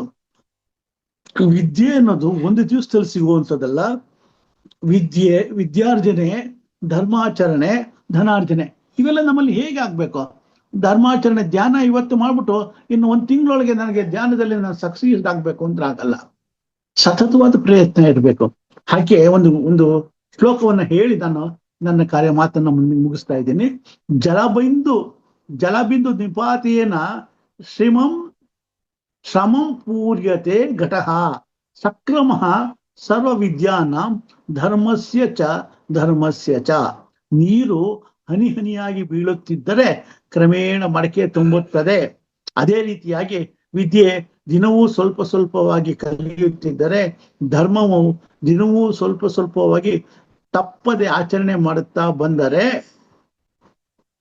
ಧನವೂ ಅಷ್ಟೇ ದಿನವೂ ಶ್ರಮ ವಹಿಸಿ ಧನಾರ್ಜನೆಯನ್ನು ಮಾಡ್ತಾ ಅದನ್ನು ಉಳಿತಾಯವನ್ನು ಮಾಡ್ಕೊಂಡು ಬರ್ತಾ ಇದ್ರೆ ಅದು ಓವರ್ ಎ ಪೀರಿಯಡ್ ನಮಗೆ ಎಲ್ಲವನ್ನು ಕೊಡುತ್ತೆ, ಅನುಗ್ರಹವನ್ನು ಮಾಡುತ್ತೆ. ಹೀಗಾಗಿ ವಿದ್ಯೆ ಅಂದೂ ಇತ್ತು, ಇಂದೂ ಇದೆ, ಮುಂದೆನೂ ಇರುತ್ತೆ. ಅದಕ್ಕೆ ಬೇಕಾದಂತ ಮೂಲ ಏಕಾಗ್ರತೆ. ಪ್ರತಿಯೊಂದು ನಮ್ಮ ಸನಾತನ ಧರ್ಮದಲ್ಲಿ ಏನು ಬಂದಿದೆ, ಬ್ರಾಹ್ಮಿ ಮುಹೂರ್ತ ಅದೇ ಮುಖ್ಯವಾದದ್ದು. ಅದನ್ನ ಇವತ್ತಿಗೂ ಎಲ್ಲರೂ ಪ್ರತಿಪಾದಿಸಿದ್ದಾರೆ ಪ್ರಪಂಚದಲ್ಲಿ. ಅದು ಹಾಗೆ ನಡ್ಕೊಂಡು ಹೋಗ್ತಾ ಇದೆ. ಇಷ್ಟು ಹೇಳಿ ನನ್ನ ಮಾತುಗಳನ್ನು ಮುಗಿಸ್ತಾ ಇದ್ದೀನಿ. ನನ್ನ ಧನ್ಯವಾದಗಳು. ಅನಿವಾರ್ಯ ಕಾರಣಗಳಿಂದ ಈ ವಿಡಿಯೋ ಯಾಕೋ ಸರಿಯಾಗಿ ಬರ್ತಾ ಇಲ್ಲ, ದಯವಿಟ್ಟು ಕ್ಷಮೆ ಇರಲಿ. ಓಟು ಸುತ್ಲೇಜಾ ಭಟ್.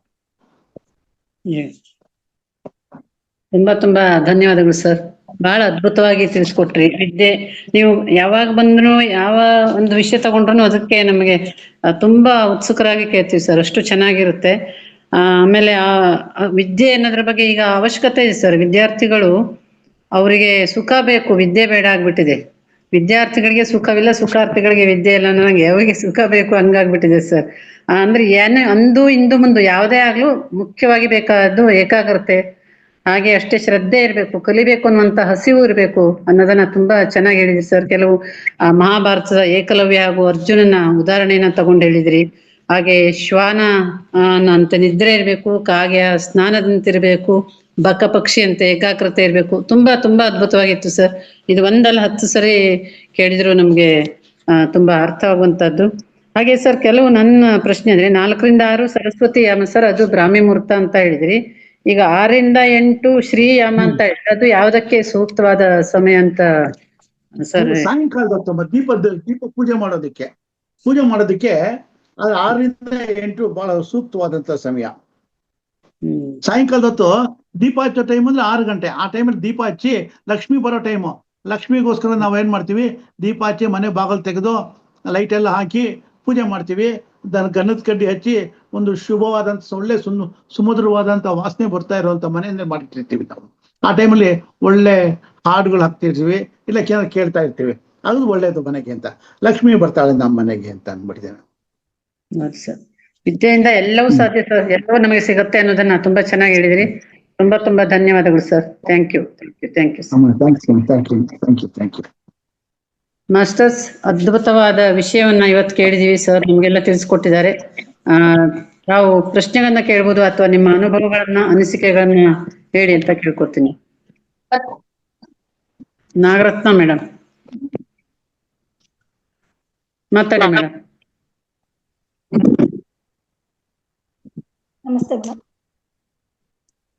ಹಾ ಮೇಡಮ್ ಹೇಳಿ. ನನಗೆ ಏನ್ ಡೌಟ್ ಅಂದ್ರೆ, ನಾನು ಸತ್ಯೇಂದ್ರ ಸರ್ ಏನೇ ಕೇಳ್ಬೇಕು ಅನ್ಕೊಂಡು, ನಮಸ್ಕಾರಮ್ಮ, ಹೇಳಿ. ವಿದ್ಯಾರ್ಥಿಯ ಲಕ್ಷಣ 5 ಅಂತ ಹೇಳಿದ್ರಲ್ಲ ಸರ್, ಅದ್ರಲ್ಲಿ ನನಗೆ ಒಂದು ಸರಿಯಾಗಿ ಗೊತ್ತಾಗ್ಲಿಲ್ಲ. ಯಾವ್ದಮ್ಮ? ವಿದ್ಯಾರ್ಥಿಯ ಲಕ್ಷಣಗಳು ಹಾಗೆ ತರ ಸ್ನಾನ. ಹೌದಮ್ಮ, ಕಾಗೆ ತರ ಸ್ನಾನ, ಬಕ ಪಕ್ಷಿ ತರ ಏಕಾಗ್ರತೆ ಇರಬೇಕು. ಆಮೇಲೆ ಶ್ವಾನ ತರ ನಿದ್ದೆ ಮಾಡ್ಬೇಕು. ಆಮೇಲೆ ಮನೆ ಬಂಧು ಬಳಗ ಎಲ್ಲರ ಜೊತೆನೂ ಸೇರ್ಕೊಂಡು ಅದರಲ್ಲೇ ಒಂದು ಫ್ಯಾಮಿಲಿ ಸಿಕ್ನೆಸ್ ಬರಬಾರ್ದು. ಮನೆಯಿಂದ ಗೃಹ ತ್ಯಾಗ, ಮನೆಯಿಂದ ಹೊರಗಡೆ ಬಂದು ಯಾವ್ದೋ ಒಂದು ರೆಸಿಡೆನ್ಷಿಯಲ್ ಸ್ಕೂಲ್ ಅಂತೀವಿ ನೋಡಿ, ಆ ರೀತಿಯಾಗಿ ಇರ್ಬೇಕು ಮಕ್ಕಳು. ಮನೆಯಿಂದ ಡಿಟ್ಯಾಚ್ ಆಗ್ಬೇಕು. ಮನೆಯಲ್ಲಿ ಏನಾಗುತ್ತೆ ಅಂದ್ರೆ, ನೀವು ಟಿವಿ ನೋಡ್ತಿರ್ತೀರ, ಮೊಮ್ಮಗು ಬಂದು ಹಿಂದ್ಗಡೆಯಿಂದ ಕೂತ್ಕೊಳ್ಳುತ್ತೆ. ಇಲ್ಲ, ನಾವು ತಂದೆ ತಾಯಿಗಳು ಟಿವಿನ ತ್ಯಾಗ ಮಾಡ್ಬೇಕಾಗತ್ತೆ. ಇವೆಲ್ಲ ಪರಿಸ್ಥಿತಿಗಳು ಬರುತ್ತವೆ. ಅದನ್ನು ನಾನು ಅಲ್ಲಿ ತಿಳಿಸಿರುವಂತದ್ದು. ಶ್ಲೋಕ ಒಂದ್ಸರಿ ಹೇಳ್ಬಿಡಿ ಸರ್. ಯಾವ್ದಮ್ಮ? ಅದು ಹೇಳ್ತೀನಿ.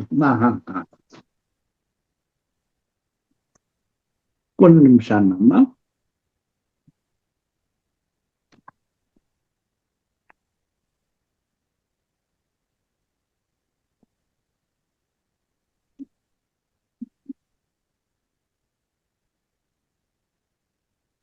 ಅಷ್ಟರಲ್ಲಿ ಬೇರೆ ಯಾರಾದ್ರು ಕೇಳ್ತಾ ಇರಿ, ಪ್ರಶ್ನೆಗಳಿದ್ರೆ. ಇಲ್ಲ ಅಂದ್ರೆ ಚಾಟ್ ಬಾಕ್ಸ್ ಅಲ್ಲಿ ಹಾಕ್ಬಿಡಿ ಸರ್, ಯಾವಾಗ್ಲಾದ್ರೂ ಹಾಕ್ತೀನಿ ಅಮ್ಮ. ಕಾಕಸ್ನಾನಂ ಬರ್ಕೊಳ್ಳಿ. ಕಾಕಸ್ನಾನಂ, ಬಕಧ್ಯಾನಂ, ಶ್ವಾನ ನಿದ್ರಾ ತಥೈವಚ. ಅಲ್ಪಹಾರಿ, ಸ್ವಲ್ಪ ಊಟವನ್ನು ಮಾಡ್ಬೇಕು. ಇನ್ನೊಂದು 1 ಪಾಯಿಂಟ್, ಗೃಹತ್ಯಾಗಿ ಅಂದ್ರೆ ಕಾಕಸ್ನಾನ, ಬಕಧ್ಯಾನ, ಶ್ವಾನ ನಿದ್ರೆ, ಅಲ್ಪಹಾರಿ, ಗೃಹತ್ಯಾಗಿ. 5 ಲಕ್ಷಣಗಳು ಇರ್ಬೇಕು. ಅಂದ್ರೆ ಕಾಗೆ ಅಂತ ಸ್ನಾನ ಮಾಡ್ಬೇಕು, ಟೈಮ್ ವೇಸ್ಟ್ ಮಾಡಬಾರ್ದು. ಬಕದ ಹಾಗೆ ಏಕಾಗ್ರತೆಯಿಂದ ಓದ್ಬೇಕು. ಶ್ವಾನದ ಹಾಗೆ ನಿದ್ರೆ ಮಾಡ್ಬೇಕು, ಅಂದ್ರೆ ಸೂಪರ್ಫಿಷಿಯಲ್ ನಿದ್ರೆ. ಆಮೇಲೆ ಅಲ್ಪಹಾರಿ, ಸ್ವಲ್ಪ ಕಮ್ಮಿ ಊಟ ಮಾಡ್ಬೇಕು. ಮನೇಲಿ ಚೆನ್ನಾಗಿ ಪಲಾವ್ ಮಾಡಿದ್ದಾರೆ ಅಂದ್ಬಿಟ್ಟು ರಾತ್ರಿ ಹೊಟ್ಟೆ ತುಂಬಾ ತಿನ್ಬಿಟ್ರೆ ನಿದ್ದೆ ಬಂದ್ಬಿಡುತ್ತೆ. ಸ್ವಲ್ಪ ತಿನ್ಬೇಕು. ಆಮೇಲೆ ಗೃಹತ್ಯಾಗಿ, ಮನೆಯ ಅಟ್ಯಾಚ್ಮೆಂಟ್ಸ್. ಗೃಹತ್ಯಾಗಿ ಅಂದ್ರೆ ಮನೆ ಬಿಟ್ಟು ಹೋಗ್ಬೇಕು ಅಂತ ಏನಿಲ್ಲ, ಮನೆಯಲ್ಲೇನೆ ಎಲ್ಲರಿಂದ ದೂರ ಇರಬೇಕು. ಓದೋ ಟೈಮ್ನಲ್ಲಿ ಮನೇಲಿ ನೆಂಟರು ಇಷ್ಟು ಬಂದಿದ್ಲಿ, ಚಿಕ್ಕಮ್ಮ ದೊಡ್ಡಮ್ಮ ಬಂದಿದ್ದಾರೆ, ಅಜ್ಜಿ ತಾತ ಬಂದಿದ್ದಾರೆ ಅಂತ ಅವ್ರ ಮುಂದೆ ಕೂತ್ಕೊಂಡು ಅಜ್ಜಿ ಅಂತ ಕೂತ್ಕೋಬಾರ್ದು. ಅಜ್ಜಿ ಮಾತಾಡಾಯ್ತು, ಚೆನ್ನಾಗಿದ್ದೀರಾ ಅನ್ಬೇಕು, ಹೋಗಿ ಕೂತ್ಕೊಂಡು ಓದೋದಕ್ಕೆ ಕೂತ್ಕೋಬೇಕು ಅವರು. ಈ ರೀತಿಯಾಗಿ 5 ನಡವಳಿಕೆಗಳನ್ನ ಅವ್ರ ಮಕ್ಕಳು ಇಟ್ಕೊಂಡಾಗ ಖಂಡಿತವಾಗಿ ಅವರು ಸಾಧನೆ ಮಾಡೋದಕ್ಕೆ ಸಹಾಯ ಆಗತ್ತೆ. ಧನ್ಯವಾದಗಳು ಸರ್. ಧನ್ಯವಾದಗಳು. ಧನ್ಯವಾದಗಳು. ಗೊತ್ತಾಗಿರ್ಲಿಲ್ಲ. ನಮಸ್ತೆ ಗುರುಗಳೇ. ನಮಸ್ತೆ ಗುರುಗಳೇ. ನಮಸ್ತೆ. 5 ಪಂಚ ವಿಧವನ್ನ ಹೇಳಿದ್ರೆ ಗುರುಗಳೇ, ವಿದ್ಯೆ, ವಿನಯ, ವಾಹನ, ವಾಸ್ತು. ವಾಸ್ತು ಸರ್. ವಿದ್ಯೆ, ವಿನಯ, ವಾಹನ, ವಾಸ್ತು. ವಸ್ತು ವಾಸ್ತು ವಾಹನ. ವಸ್ತು ಹೇಗಾಗುತ್ತೆ? ವಸ್ತ್ರ. ಅಂದ್ರೆ ಒಳ್ಳೆ ಭೂಭೂಷಣ ಇರ್ಬೇಕು ಸರ್. ಎಂತ ಕೊಳಕ್ ಬಟ್ಟೆ ಹಾಕೊಂಡಿದ್ರೆ, ಗಲೀಜ್ ಬಟ್ಟೆ ಹಾಕೊಂಡಿದ್ರೆ ಸರಿ ಹೋಗೋದಿಲ್ಲ. ಶುಭ್ರವಾದಂತ ವಸ್ತ್ರಗಳನ್ನ ಧರಿಸಿರ್ಬೇಕು. ಇಲ್ಲ ಹಳೆ ಬಟ್ಟೆ ಆದ್ರೂ ಒಗೆದ್ಬಿಟ್ಟು ನೀಟಾಗಿರೋದು ಹಾಕೊಂಡಾಗ ಅದು ಒಳ್ಳೇದು ಅಂತ ಅಷ್ಟೇನೆ. ಇವೆಷ್ಟು ವಕಾರಗಳು ನಮ್ಮ ಮನುಷ್ಯನಿಗೆ ಒಂದು ಒಳ್ಳೆ ಪ್ರತಿಭೆಯನ್ನು ಸೂಚಿಸುತ್ತೆ, ನಮ್ಮಲ್ಲಿ ಬದಲಾವಣೆಗಳನ್ನ ಸೂಚಿಸುತ್ತೆ, ಧನಾತ್ಮಕ ಶಕ್ತಿಯನ್ನ ಸೂಚಿಸುತ್ತೆ ಅದು. ಧನ್ಯವಾದಗಳು ಗುರುಗಳೇ. ಧನ್ಯವಾದಗಳು. ಧನ್ಯವಾದಗಳು. ಮಾಸ್ಟರ್ಸ್,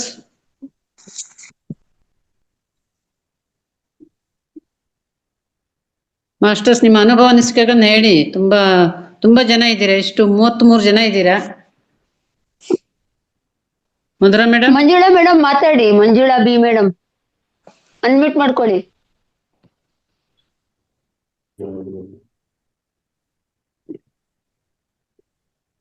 ಮೇಡಮ್, ಎಲ್ಲಾ ಆತ್ಮ ಬಂಧುಗಳಿಗೂ ನಮಸ್ಕಾರ. ಸತ್ಯೇಂದ್ರ ಸರ್ ತುಂಬಾ ಚೆನ್ನಾಗಿ ಮಾತಾಡಿದ್ರು. ಅಂದ್ರೆ ನಾವು ಜೀವನದಲ್ಲಿ ಯಾವ್ಯಾವ ರೀತಿ ಇರ್ಬೇಕು ಅಂತ, ಅದಕ್ಕೆಲ್ಲ ಉದಾಹರಣೆಗಳು ಕೊಟ್ಟು ಯಾವ ರೀತಿ ನಾವು ಶಾರ್ಪ್ ಆಗಿರ್ಬೇಕು, ಆಮೇಲೆ ಯಾವ ರೀತಿ ಈಗ ಮಾಡಿದ್ವಿ ಅಂತ ಹೇಳಿ ಸ್ನಾನ ಗಂಟ್ಗಟ್ಲೆ ಮಾಡಬಾರ್ದು ಅನ್ನೋದ್ರ ಬಗ್ಗೆ ಎಲ್ಲ ಇದನ್ ಕೊಟ್ಟು ತುಂಬಾ ಚೆನ್ನಾಗಿ ಹೇಳಿದ್ರು madam. Thank you. Thank you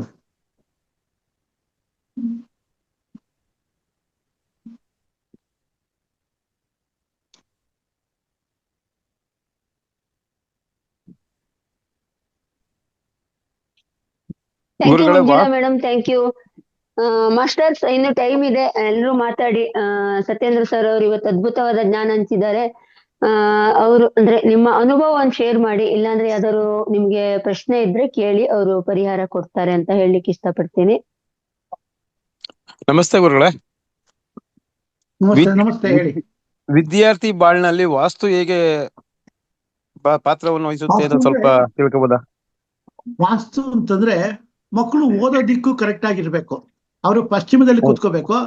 ಕಿಟಕಿಗೆ ಎದುರಾಗಿ ಕೂತ್ಕೊಂಡಾಗ ಓದೋ ವಿದ್ಯೆ ಕಿಟಕಿನಲ್ಲಿ ಕೂತ್ಕೊಂಡ್ರೆ ಕಾನ್ಸಂಟ್ರೇಷನ್ ಹೊರಗಡೆ ಹೋಗುತ್ತೆ.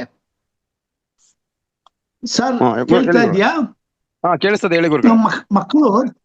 ಮಕ್ಕಳನ್ನ ಕಿಟಕಿಗೆ ಎದುರಾಗಿ ಕೂರಿಸಿದಾಗ ಕಿಟಕಿ ಕಡೆ ಕೂತ್ಕೊಂಡು ಓದ್ತಾ ಇದ್ರೆ ಓದ್ತಾನೆ ಇರ್ತಾರೆ. ಕಿಟಕಿಯಿಂದ ಆಚೆ ಏನ್ ನಡೀತಾ ಇದೆ ಅನ್ನೋದನ್ನ ನೋಡ್ತಾ ಇರ್ತಾರೆ, ಪ್ರಕೃತಿ ನೋಡ್ತಾರೆ. ಇಲ್ಲ ರಸ್ತೆ ಮೇಲೆ ಯಾರಾದ್ರೂ ಓಡಾಡ್ತಿದ್ರೆ ಅವ್ರ ಕಡೆನೇ ಗಮನ ಹೋಗ್ತಾ ಇರುತ್ತೆ. ಹಾಗಾಗಿ ಪುಸ್ತಕದ ಮುಂದೆ ಕೂತಿದ್ರು ಅವ್ರ ಮನಸ್ಸು ಎಲ್ಲೋ ಹೋಗ್ತಿರುತ್ತೆ, ಕಾನ್ಸಂಟ್ರೇಷನ್ ಮಾಡಕ್ ಆಗೋದಿಲ್ಲ. ಅದೇ ರೀತಿಯಾಗಿ ಗೋಡೆಗೆ ಎದುರಾಗಿ ಕೂತ್ಕೊಂಡಾಗ ಬೌನ್ಸ್ ಆಗತ್ತೆ. ಅದಕ್ಕೆ ಏನ್ ಮಾಡ್ಬೇಕು? ಒಂದು ಪಶ್ಚಿಮ ದಿಕ್ಕಿನಲ್ಲಿ ಕೂತ್ಕೋಬೇಕು, ಪಶ್ಚಿಮದ ಗೋಡೆಗೆ ಕೂತ್ಕೋಬೇಕು, ಆನಿಸಿ ಮರದ ಚೇಬರ್ ಮೇಲೆ ಕೂತ್ಕೋಬೇಕು, ಮರದ ಟೇಬಲ್ನಲ್ಲೇ ಇಟ್ಕೋಬೇಕು. ಆಮೇಲೆ ಮುಂದ್ಗಡೆಗೆ ಓಪನ್ ಸ್ಪೇಸ್ ಇರಬೇಕು. ಅವ್ರು ಕೂತ್ಕೊಳ್ಳೋ ಓದೋ ಜಾಗದಲ್ಲಿ ಒಂದು ಬಂಡೆ ಮೇಲೆ ಕೂತಿರೋ ಸರಸ್ವತಿ ಒಂದು ಫೋಟೋ ಇಟ್ಕೋಬೇಕು.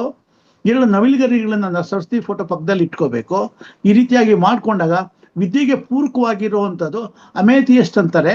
ಅಮೇಥಿಯಸ್ಟ್ ಕ್ರಿಸ್ಟಲ್ ಟ್ರೀಗಳನ್ನ, ಅದು ಕ್ರಿಸ್ಟಲ್ದು ಮರ ಬರುತ್ತೆ ಪುಟ್ ಪುಟ್ಟದು, ಅದು ಮರಗಳನ್ನ ತಂದು ಅಲ್ಲಿಟ್ಟಾಗ ಅದು ಅಮೇಥಿಯಸ್ಟ್ ಕ್ರಿಸ್ಟಲ್ಲು ಆ ಮಗುವಿಗೆ ಧನಾತ್ಮಕವಾದಂಥ ಶಕ್ತಿ, ವಿದ್ಯೆ ಬರೋ ಹಾಗೆ ಮಾಡೋದಕ್ಕೆ ಸಹಾಯ ಮಾಡುತ್ತೆ.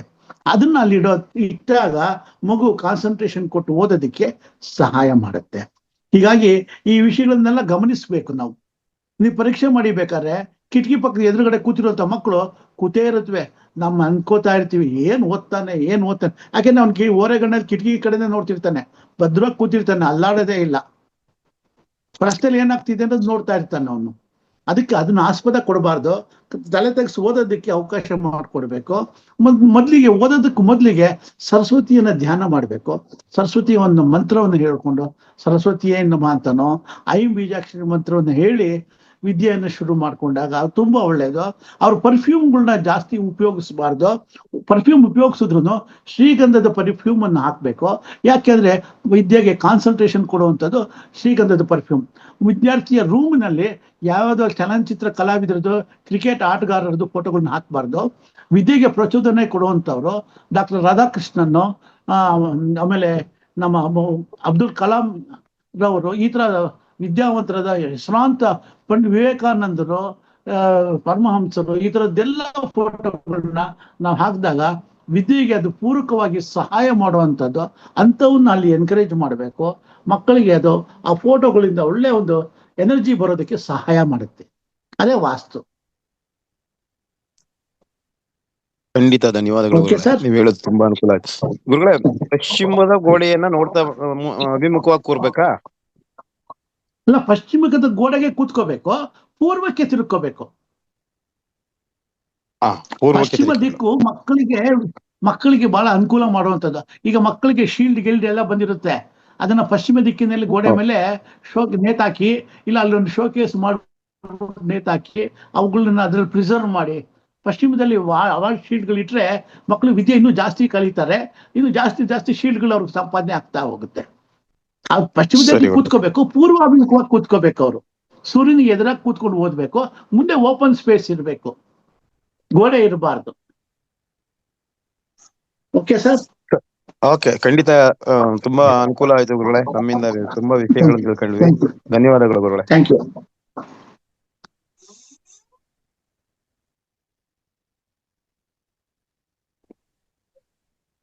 Thank you sir, thank you. Masters ಮತ್ತೆ ಏನಾದ್ರು ಇದ್ರೆ ಮಾತಾಡ್ಬೋದು.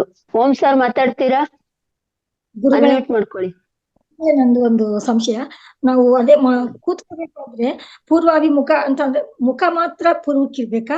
ಅಂದ್ರೆ ಪೂರ್ವ ಮತ್ತು ಪಶ್ಚಿಮಕ್ಕೆ ನಾವು ಪೂರ್ವಕ್ಕೆ ಎದುರಾಗಿ ನಿಂತ್ಕೊಂಡಾಗ ಬಲಗೈ ದಕ್ಷಿಣ ಬರುತ್ತಾ ಅಥವಾ ಉತ್ತರ ಬರುತ್ತಾ? ಸ್ವಲ್ಪ ಡೌಟ್ ನಂಗೆ. ನೀವು ಪೂರ್ವಕ್ಕೆ ನೀವು ನಿಂತ್ಕೊಂಡಾಗ ಸೂರ್ಯನಿಗೆ ಎದುರಾಗಿ ಅಂದ್ರೆ ಸೂರ್ಯ ಹುಟ್ಟೋ ದಿಕ್ಕಿಗೆ ಎದುರಾಗಿ ನಿಂತ್ಕೊಂಡಾಗ ಮುಂದ್ಗಡೆ ಬರೋದೇ ಪೂರ್ವ, ಹಿಂದಕ್ಕೆ ಬರುವುದು ಪಶ್ಚಿಮ, ಬಲಭಾಗಕ್ಕೆ ಬರುವುದು ದಕ್ಷಿಣ, ಎಡಭಾಗಕ್ಕೆ ಬರುವುದು ಉತ್ತರ. ಅದನ್ನ ನೀವು ಕಾನ್ಸೆಪ್ಟ್ ಇಟ್ಕೋಬೇಕು, ಕಂಪಾಸ್ ಇಲ್ಲದೆ ಇದ್ರೆ. ಹಾಗಾಗಿದ್ದೇನೆ ನೀವು ಕೂತ್ಕೊಂಡಾಗ ನಿಮಗೆ ಪಶ್ಚಿಮ ದಿಕ್ಕಿನಲ್ಲಿ ನೀವು ಕೂತ್ಕೊಂಡ್ರೆ ನಿಮಗೆ ಬಲಭಾಗಕ್ಕೆ ಬರೋದೇ ದಕ್ಷಿಣ, ಎಡಭಾಗಕ್ಕೆ ಬರುವುದೇ ಉತ್ತರ, ಎದುರಿಗೆ ಬರುವುದು ಪೂರ್ವ. ಆ ರೀತಿಯಾಗಿ ನೀವು ತಿಳ್ಕೊಂಡಾಗ ನಿಮಗೆ ಈ ಕಲಿಕೆಗೆ ಸುಲಭ ಆಗತ್ತೆ. ಧ್ಯಾನ ಮಾಡೋಕ್ಕೂ ಅಷ್ಟೇನೆ, ಉತ್ತರಕ್ಕೆ ಕೂತ್ಕೋಬೇಕು, ಇಲ್ಲ ಪೂರ್ವಕ್ಕೆ ಕೂತ್ಕೋಬೇಕು, ಅಥವಾ ಈಶಾನ್ಯ ದಿಕ್ಕಿಗೆ ತಿರುಗಿಕೊಂಡು ಕೂತ್ಕೊಂಡಾಗ ನಮಗೆ ಇವೆಲ್ಲ ಹಿಡಿಕೆ ಆಗತ್ತೆ, ಚೆನ್ನಾಗಿ ಅನುಗ್ರಹ ಬರುತ್ತೆ, ಸಾಧನೆ ಮಾಡೋದಕ್ಕೆ ಈಸಿ ಆಗತ್ತೆ. ತಪಸ್ ಮಾಡ್ಬೇಕಾದ್ರೂ ಅಷ್ಟೇನೆ ಸೂರ್ಯನಿಗೆ ಎದುರಾಗಿ ಕೂತ್ಕೋತಾ ಇದ್ರು, ಅದು ಬಹಳ ಒಳ್ಳೇದು ಅಂತಾನೆ ಹೇಳ್ಬೋದು ನಾವು. ಗೊತ್ತಾಯ್ತು. ಹೇಳಿ ನೆಕ್ಸ್ಟ್. ಧನ್ಯವಾದಗಳು ಗುರುಗಳೇ, ಧನ್ಯವಾದಗಳು. ಧನ್ಯವಾದಗಳು. ನಮಸ್ತೆ ಸರ್, ಸತ್ಯೇಂದ್ರ ಸರ್. ಈಗ ಆದಿತ್ಯ ಹೃದಯ ಶ್ಲೋಕ ಅಂತ ಹೇಳಿದ್ರಿ ಅಲ್ವಾ? ಈಗ ಏನೋ ಬಿಸ್ನೆಸ್ಸಿಗೆ ಅಥವಾ ವ್ಯವಹಾರಕ್ಕೆಲ್ಲ ನಾವು ಅದನ್ನ ಆದ್ರೆ ಏನಂದ್ರೆ ಅದು ಈಗ ಯಾವ್ದಾದ್ರು ಗುರುವಿನ ಮೂಲಕನೇ ತಗೊಳ್ಬೇಕು ಅಂತ ಹೇಳ್ತಾರೆ, ಹೌದಾ ಅಂತ? ಅಮ್ಮ, ಅದಕ್ಕೆ ಏನ್ ಮಾಡ್ಬೇಕು ಗೊತ್ತಾ? ನೀವು ಎಲ್ಲಾ ಗುರುಗಳ ಹತ್ರ ಹೋಗಿ ಕೂತ್ಕೊಳಕ್ಕಾಗಲ್ಲ. ಈಗ ನಿಮ್ಗೆ ಸಿಗೋ ಗುರುಗಳೆಲ್ಲ ಒಳ್ಳೆಯವರು ಇರೋದಿಲ್ಲ. ಅದಕ್ಕೆ ನೀವೇನ್ ಮಾಡ್ಬೇಕು, ಒಂದು ಪೇಪರ್ ಮೇಲೆ ಆ ಶ್ಲೋಕವನ್ನ ಬರ್ದು ಇಟ್ಕೊಳ್ಳಿ. ಒಂದು ಆದಿತ್ಯ ಎಲ್ಲ ಪುಸ್ತಕನೇ ಸಿಗುತ್ತೆ, 2 ರೂಪಾಯಿ 3 ರೂಪಾಯಿ 5 ರೂಪಾಯಿಗೆ ಒಂದು ಪುಸ್ತಕ ಸಿಗುತ್ತೆ, ಅಂಗೈ ಅಗಲ ಇರುತ್ತೆ ಅದು. ಈ ಪುಸ್ತಕವನ್ನ ನೀವು ತಗೊಂಡು ಅದನ್ನ ನಿಮ್ಮ ಮನೆಯಲ್ಲಿ ಈಶ್ವರನ ಮುಂದೆ ಇಲ್ಲ ದಕ್ಷಿಣಾಮೂರ್ತಿ ವಿಗ್ರಹದ ಮುಂದೆ ಇಟ್ಟು, ಅಥವಾ ಈಶ್ವರನ ಮುಂದೆ ಇಟ್ಟರು ಪರವಾಗಿಲ್ಲ, ದಕ್ಷಿಣಾಮೂರ್ತಿ ಈಶ್ವರ ಎರಡೂ ಒಂದೇ. ಸೊ ಆ ಫೋಟೋ ಅದನ್ನ ಇಟ್ಟು, ಸರಸ್ವತಿನೂ ಮುಖ್ಯನೇ, ಆ ಯಾವ ಫೋಟೋ ಇದೆ ಅದ್ರ ಮುಂದೆ ಇಟ್ಬಿಟ್ಟು ಪ್ರಾರ್ಥನೆ ಮಾಡ್ಕೋಬೇಕು. ನನಗೆ ಯಾವ ಗುರುನು ಸಿಕ್ಕಿಲ್ಲ, ನೀನೇ ನನಗೆ ಗುರು ಅಂತ ನಾನು ತಿಳ್ಕೊಂಡಿದ್ದೀನಿ, ನೀನೇ ಅಪ್ಪ ಭಗವಂತ, ನೀನೇ ಇದನ್ನ ನನಗೆ ಪ್ರಸಾದಿಸ್ತಿದೀಯಾ, ನೀನೇ ನನಗೆ ವಿದ್ಯೆಯನ್ನು ಕೊಡ್ತಾ ಇದೀಯ ಅಂತ ತಿಳ್ಕೊಂಡು ಇದನ್ನು ಓದ್ತಾ ಇದ್ದೀನಿ ಅಂತ ಅಂದ್ಬಿಟ್ಟಿದ್ದೇನೆ. ನಾವು ಶುರು ಮಾಡ್ಬೇಕು. ಓಂ ಹಮ್ ಹನುಮತೆ ಎನ್ಮ, ಯಾವುದೇ ಬೀಜಾಕ್ಷರಿ ಮಂತ್ರವನ್ನೇ ಆಗ್ಲಿ, ನೀವು ಪ್ರತಿಯೊಬ್ಬ ಎಲ್ಲಾ ಕಡೆ ನಾವು ಗುರುಗಳನ್ನ ಹುಡುಕೊಂಡು ಹೋದ್ರೆ, ಆ ಗುರು ಅನ್ನೋನ ಹತ್ರ ಹೋದ್ರೆ, ನನಗೆ ಈಗ ಹಮ್ ಹನುಮತೆ ಮಂತ್ರ ಹೇಳ್ಬೇಕು ಅಂತ ಇದ್ದೀನಿ, ನಿಮ್ಗೆ ಆಂಜನೇಯ ಶಕ್ತಿ ಕೊಡೋದಕ್ಕೋಸ್ಕರ ಅಂತ ನೀವು ಕೇಳ್ತೀರಾ. ಅವನು ಹೇಳ್ತಾನೆ, ನೀವು ಇದನ್ನ ಮಾಡಬೇಡಿ, ನಾನು ಇನ್ನೊಂದು ಹೇಳ್ತೀನಿ, ನೀವು ಅದನ್ನು ಮಾಡಿ, ಇದನ್ನ ಯಾರು ಹೇಳಿದ್ ನಿಮ್ಗೆ, ಇದು ಮಾಡಬೇಡಿ ಅಂತಾರೆ. ನಮ್ಗೆ ಸರಿಯಾದ ದಾರಿ ಹೋಗೋದನ್ನು ತಿರುಗಿಸ್ಬಿಟ್ಟು ಅಡ್ಡ ದಾರಿಗೆ ತಿರುಗಿಸ್ತಾರೆ. ಅದು ಬೇಡವೇ ಬೇಡ, ನಿಮ್ ಮನ್ಸಿಗೆ ಬಂದಿದೆ ಇದನ್ನ ಹೇಳಬೇಕು. ಆದಿತ್ಯ ಹೃದಯ ರಾಮನೇ ಗೆದ್ದು ಬಂದ. ಇವತ್ತಿಗೂ ಅಷ್ಟೇನೆ, ಪ್ರತಿಯೊಬ್ಬರಲ್ಲೂ ಅಷ್ಟೇ ನಾನು ಹೇಳ್ತೀನಿ, 6 ತಿಂಗಳ ಕಾಲ ಸತತವಾಗಿ ಭಾನುವಾರದಿಂದ ಶುರು ಮಾಡಿ ಪ್ರತಿದಿನ ಆದಿತ್ಯ ಹೃದಯವನ್ನು ಹೇಳ್ತಾ ಬನ್ನಿ, ನಿಮ್ಮಲ್ಲಿ ಅದ್ಭುತವಾದಂತ ಬದಲಾವಣೆಗಳು ಬರುತ್ತೆ. ಯಶಸ್ಸು, ಕೀರ್ತಿ, ಪ್ರತಿಷ್ಠೆ, ನಿಮ್ಮ ಶರೀರದಲ್ಲಿ ಒಂದು ಊರ್ಜಾ, ಒಂದು ಹೊಸ ಶಕ್ತಿ ಬರುತ್ತೆ. ಬರೀ 4 ನಿಮಿಷ ಹೇಳುವಂಥದ್ದು. ತಥೋಗಿದ್ದ ಪರಿಶ್ರಾಂತಂ ಸಮರೇ ಚಿಂತ್ಯ ಸ್ಥಿತಂ ರಾಮನಂ ಜಾಗೃತೋ ದುಷ್ಟ ಯುದ್ಧಾಯ ಸಂಪಸ್ಥಿತಂ ಅಂತ ಬರುತ್ತೆ. ಅದನ್ನ ನೀವು ಪ್ರಾಕ್ಟೀಸ್ ಮಾಡ್ತಾ ಬನ್ನಿ. ಸ್ಟಾರ್ಟಿಂಗ್ ಅಲ್ಲಿ ಕಷ್ಟ ಅನ್ಸುತ್ತೆ, ಆಮೇಲೆ ಏನಿಲ್ಲ, ಬಾಯಿಗೆ ಬಂದ್ಬಿಡುತ್ತೆ. ಕಲಿಯೋವರೆಗೂ ಬ್ರಹ್ಮವಿದ್ಯೆ, ಕಲಿತ ಮೇಲೆ ಕೋತಿ ವಿದ್ಯೆ ಅಂತ. ಬ್ರಹ್ಮವಿದ್ಯೆ ಕಲಿಬೇಕಾದ್ರೆ ಅಪ್ಪಾ ಏನೋ ಅನ್ಸುತ್ತೆ, ಏನೂ ಇಲ್ಲ. ಮನ್ಸು ಮಾಡಿದ್ರೆ ಏನ್ ಬೇಕಾದ್ರೂ ಸಾಧಿಸ್ಬೋದು ನಾವು. ಒಳ್ಳೇದಾಗ್ಲಮ್ಮ. ಸೂರ್ಯನ ಮರಿಬೇಡಿ, ಸೂರ್ಯನ ಇಟ್ಕೊಳ್ಳಿ, ಖಂಡಿತ ಒಳ್ಳೇದಾಗ್ತದೆ. ನಮಸ್ಕಾರ. Thank you sir, thank you. ಗುರುಗಳೇ, ಈ ಪುಸ್ತಕ ಅದೇ 10 ನಿಮಿಷ ಸಾಕದೆ ಆದಿತ್ಯ ಹೃದಯ ಕಾಣಿಸ್ತಾ ಇದೆಯಾ ಮೇಡಮ್? ಹೌದಮ್ಮ, ಹೌದು. ಇದನ್ನ ನೀವು ನೀವು ನಿಧಾನವಾಗಿ ಓದಿದ್ರೆ 10 ನಿಮಿಷ ಬೇಕು. ಸ್ವಲ್ಪ ಫಾಸ್ಟ್ ಆಗಿ ಓದಿದ್ರೆ 3 ನಿಮಿಷ ಅಥವಾ 4 ನಿಮಿಷ ಮುಗಿಸ್ಕೊಂಡ್ಬಿಡ್ಬೋದು. ಅಭ್ಯಾಸ ಆಗ್ಬೇಕದು. ಜೊತೆಗೆ ನವಗ್ರಹದೆಲ್ಲ ನಮ್ಗೆ ಇದೆ ಅಂತ ವಯಸ್ಸಾದ ಕರೆಕ್ಟ್ ನೀವು ತೋರಿಸಿದ ಅದೇನೆ. ಇದನ್ನ ಎಲ್ರೂ ಮಧ್ಯೆ ಇಟ್ಕೊಳ್ಳೋದು ಒಳ್ಳೇದು. ಅಂಗೈ ಅಗಲ ಬುಕ್ ಅದು ಜೊತೆನಲ್ಲಿ ಇಟ್ಕೊಂಡ್ರೆ ಬಹಳ ಒಳ್ಳೇದು. ಬೇಕು ಅಂತಂದ್ರೆ ಇನ್ನೊಂದೇನೋ ಯಾವಾಗಂದ್ರೆ ಅವಾಗ ಓದ್ಬಾರ್ದು, ಬೆಳಗ್ಗೆ ಹೊತ್ತು ಓದೋದು ಬಹಳ ಸೂಕ್ತ. ಪ್ರಾಕ್ಟೀಸ್ ಮಾಡ್ಕೊಂಡು 12 ಗಂಟೆ ಮೇಲೆ ಇದನ್ನ ಓದ್ಲೇಬಾರ್ದು ಅಂತ ಹೇಳಿದ್ರು. 12 ಗಂಟೆ ಮೇಲೆ ಇದನ್ನ ಓದ್ಲೇಬಾರ್ದು. ಸೂರ್ಯನು ಕೂಡ ಅಷ್ಟೇ ಹೌದಮ್ಮ. ಬೆಳಗಿನ ಜಾವದೊತ್ತು ಓದೋದ್ರಿಂದ ಕಾಸ್ಮಿಕ್ ಎನರ್ಜಿ ಸೂರ್ಯನ ಕಿರಣಗಳಿಂದ ಬರ್ತಾ ಇರುತ್ತೆ. ಆ ಕಿರಣಗಳು ಇವನ್ ಸೂರ್ಯನಿಗೆ ಎದುರಾಗಿ ನಿಂತ್ಕೊಂಡು ಓದಿದ್ರು ಬಹಳ ಒಳ್ಳೇದೇನೆ. ಬಿಸಿಲಿಗೆ ಅದು ಓದಿದಾಗ ಆ ಕಿರಣಗಳಿಂದ ಬರುವಂತ ಶಕ್ತಿ, ನೀವು ಮಂತ್ರವನ್ನು ಉಚ್ಚಾರಣೆ ಮಾಡ್ತಿರಲ್ಲ ಅದ್ರ ಮೇಲೆ ಬಿದ್ದು ಅದರ ವೈಬ್ರೇಷನ್ಸು ನಿಮ್ಮ ಶರೀರದ ಮೇಲೆ ಒಂದು ಮಿಳಿತವಾಗಿ ಆ ಸೂರ್ಯನ ಕಿರಣಗಳು ನಿಮಗೆ ಆ ಕಾಸ್ಮಿಕ್ ರೇಸು ನಿಮಗೆ ಆರೋಗ್ಯವನ್ನು ಪ್ರಸಾದಿಸುತ್ತೆ. ನಿಮಗೆ ಬೇಕಾದಂತ ಒಂದು ಶಕ್ತಿಯನ್ನು ಕೊಡುತ್ತೆ, ಶತ್ರು ನಾಶ ಮಾಡುತ್ತೆ, ನಿಮಗೆ ಬೇಕಾದಂತ ಒಂದು ಎನರ್ಜಿ ಊರ್ಜಾವನ್ನ ಕೊಡುತ್ತೆ. ತುಂಬಾ ಅನುಭವ ಆಗಿದೆ ಗುರುಗಳೇ. ನೀವು ಇನ್ನೂ ಒಳ್ಳೇದು ಹೇಳ್ಕೊಟ್ರಿ. ಅದೇ ನಾನು ಅದ್ರ ಇತ್ತು ಮಧ್ಯಾಹ್ನದ ಮೇಲೆ ಓದ್ಬಾರ್ದು ಇದನ್ನ ಅಂತಿದ್ರು. ಅದಕ್ಕೆ ಬೆಳಗ್ಗೆ ಇವಾಗ ಧ್ಯಾನಕ್ಕೆ ಇದಕ್ಕೆಲ್ಲ ಸ್ಟಾಪ್ ಮಾಡಿದೀನಿ. ಓದ್ಬೇಕಾದ್ರೆ ಸ್ವಲ್ಪ ಎಣ್ಣೆ ಇಟ್ಕೊಂಡ್ಬಿಟ್ಟು ಎಳ್ಳೆಣ್ಣೆನೋ ಸಾಸಿವೆ ಎಣ್ಣೆನೋ ಇಟ್ಕೊಂಡು ಪಕ್ಕದಲ್ಲಿ ಇದನ್ನ ಹೇಳ್ಬಿಟ್ಟು ಆಮೇಲೆ ಎಣ್ಣೆ ಸ್ನಾನ ಮಾಡಿದ್ರೆ ತುಂಬಾ ಒಳ್ಳೇದು ಅಂತ ಹೇಳಿದ್ರು.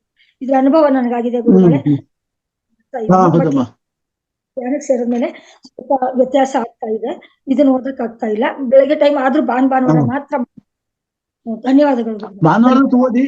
ಬಟ್ ನಿಮಗೆ ಆರೋಗ್ಯ ಸುಧಾರಿಸ್ಬೇಕು ಅಂದ್ರೆ, ತುಂಬಾ ಚೆನ್ನಾಗಿ ಒಳ್ಳೇದಾಗ್ಬೇಕು ಅಂತಂದ್ರೆ, ನಿಮ್ಮ ಕೆಲಸ ಕಾರ್ಯಗಳಲ್ಲಿ ಯಶಸ್ಸು ಬರ್ಬೇಕು ಅಂದ್ರೆ, ನಿಮಗೆ ಕೀರ್ತಿಯ ಪ್ರತಿಷ್ಠೆಗಳು ಹೆಚ್ಚು ಬರ್ಬೇಕು ಅಂದ್ರೆ ಆದಿತ್ಯ ಹೃದಯವನ್ನು ದಿನ ಹೇಳ್ತಾ ಹೋಗ್ಬೇಕು.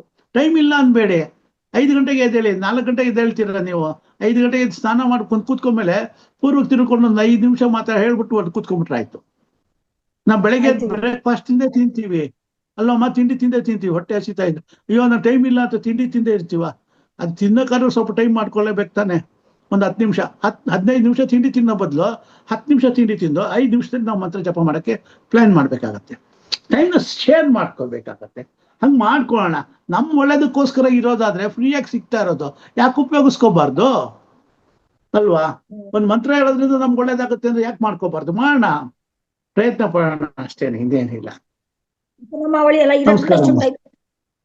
ನನಗೆ thank you Nagaratnamma. Thank you Nagaratna madam. Thank you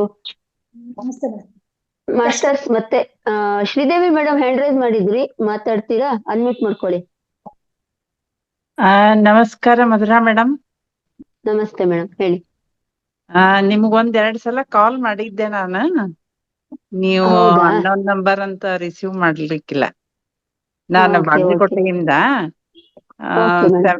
71 last number ಇದೆ. ಮತ್ತೆ ಕಾಲ್ ಮಾಡಿ ಇವತ್ತು ಕ್ಲಾಸ್ ಮುಗಿದ ತಕ್ಷಣ, ಆಯ್ತಾ? ಪಿಕ್ ಮಾಡ್ತೀನಿ. ಆಯ್ತು ಮೇಡಮ್. ಈಗ ಮಂತ್ರ ಹೇಳಿದ್ರಲ್ಲ, ಆದಿತ್ಯ ಹೃದಯ ಮಂತ್ರ, ಅದು ಒಂದೇ ಸಲ ಹೇಳೋದಾ ಅಥವಾ ಬೆಳಿಗ್ಗೆ ಎಷ್ಟು ಸಲ? ದಿನಕ್ಕೆ ಒಂದ್ಸಲ ಹೇಳಿದ್ರು ಸಾಕಮ್ಮ. ಒಂದೇ ಸಲ ಶ್ರದ್ಧಾ ಭಕ್ತಿಯಿಂದ ದಿನಕ್ಕೆ ಒಂದ್ಸಲ ಹೇಳಿದ್ರು ಸಾಕು. ಆಯ್ತು ಅದನ್ನ ಕೇಳ್ಬೇಕಾಗಿ. ಅದಕ್ಕೆ ಇನ್ನೂ ಕೆಲವು ಇದೆ, ವ್ರತಗಳ ತರ ಮಾಡ್ತಾರೆ ಅದನ್ನ. ಮಂಡಲ ಅಂತ 41 ದಿವಸಗಳ ಕಾಲ ಹೃದಯ ಹೇಳೋದು ಹತ್ರ ಎಲ್ಲ ಇದೆ. ಅಷ್ಟೊಂದು ಮಾಡೋದು ಬೇಕಾಗಿಲ್ಲ. ಪ್ರತಿ ದಿವಸ ಭಾನುವಾರದಿಂದ ಶುರು ಮಾಡ್ಬೇಕು. ಭಾನುವಾರವೇ ಸೂರ್ಯನ ದಿವಸ. ಅವತ್ತು ಶುರು ಮಾಡಿ ಡೈಲಿ ಪ್ರಾಕ್ಟೀಸ್ ಮಾಡ್ತಾ ಹೋಗ್ಬೇಕು. ಸೂರ್ಯನಿಗೆ ಆದಿತ್ಯ ಹೃದಯ ಹೇಳೋದ್ರ ಜೊತೆಗೆ ಸೂರ್ಯನಿಗೆ ಅರ್ಘ್ಯ ಕೊಡುವಂಥದ್ದು. ಪೂರ್ವಾಭಿಮುಖವಾಗಿ ಮನೆಯಿಂದ ಹೊರಗಡೆ ಬಂದು ಬಿಸಿಲಿಗೆ ನಿಂತ್ಕೊಂಡು 7 ಗಂಟೆ 7:30 8 ಗಂಟೆ ಒಳಗೆ 8:30 ಒಳಗೆ ಸೂರ್ಯನಿಗೆ ಎದುರಾಗಿ ನಿಂತ್ಕೊಂಡು 3 ಅರ್ಘ್ಯವನ್ನು ಕೊಡ್ಬೇಕು. ಪ್ರಥಮವಾಗಿ, ದ್ವಿತೀಯವಾಗಿ, ತೃತೀಯವಾಗಿ ಜಲವನ್ನು ಸಮರ್ಪಿಸ್ತಾ ಇದ್ದೀನಿ ಅಂತ ಒಂದು ಲೋಟದಲ್ಲಿ 2 ಕೈಗಳನ್ನು ಜೋಡಿಸಿ ಮೇಲಿನಿಂದ ಕೆಳಗೆ ಬಿಡಬೇಕು ಸ್ವಲ್ಪವಾಗಿ. ತದನಂತರದಲ್ಲಿ 4ನೇದು ಲೇಟ್ ಆಗಿ ಕೊಡ್ತಾ ಇದ್ದೀನಿ, ಸ್ವಲ್ಪ ಟೈಮ್ ನಲ್ಲಿ ಕೊಡೋದ್ರಲ್ಲಿ ವ್ಯತ್ಯಯ ಆಗಿದೆ, ಅದಕ್ಕೆ ಪ್ರಾಯಶ್ಚಿತ್ಯಾರ್ಥ ಇನ್ನೊಂದು ಸಾರಿ ಜಲವನ್ನು ಸಮರ್ಪಿಸ್ತಾ ಇದ್ದೀನಿ, ಅರ್ಘ್ಯವನ್ನು ಕೊಡ್ತಾ ಇದ್ದೀನಿ ಅಂತ ಹೇಳಿಬಿಟ್ಟಾಗ ಸೂರ್ಯನ ಈ ಅರ್ಘ್ಯ ಕೊಡೋದ್ರಿಂದ ನಿಮ್ಗೆ ತುಂಬಾ ಅನುಕೂಲ ಆಗತ್ತೆ.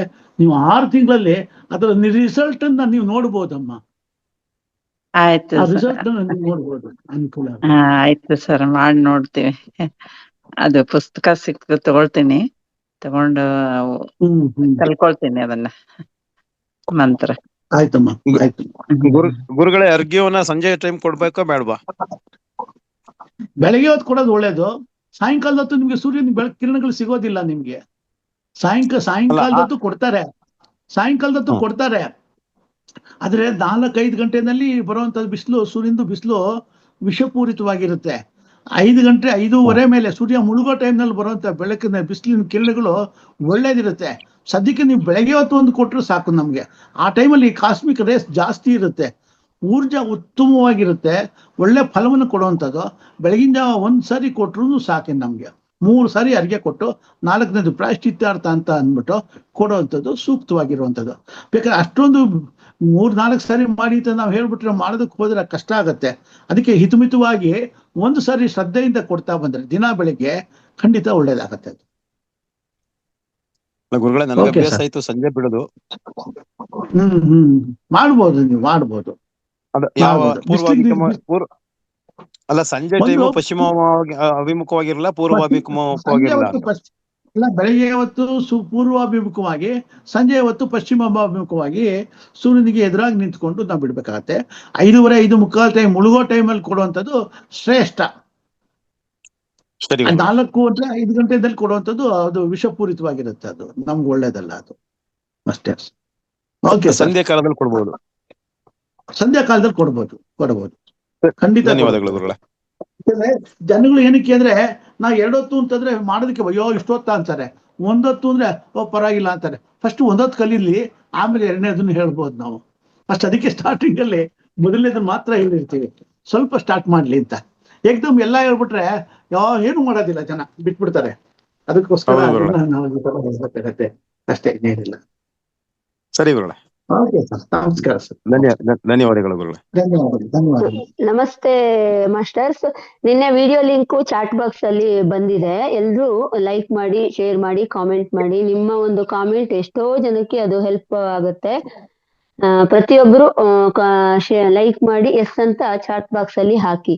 ನಿನ್ನೆ ವಾಣಿ ಮೇಡಮ್ ಅವ್ರದ್ದು ಯೋಗ ಧ್ಯಾನ ಯೋಗ ಅಂತ ಅದ್ಭುತವಾದ ಟಾಪಿಕ್ ಕೊಟ್ಟಿದ್ರು. ಅದ್ರದ್ದು ವಿಡಿಯೋ ಚಾಟ್ ಬಾಕ್ಸ್ ಅಲ್ಲಿ ಹಾಕಿದೀವಿ, ಶೇರ್ ಮಾಡಿದ ಲಿಂಕ್. ಎಲ್ರು ಲೈಕ್ ಮಾಡಿ.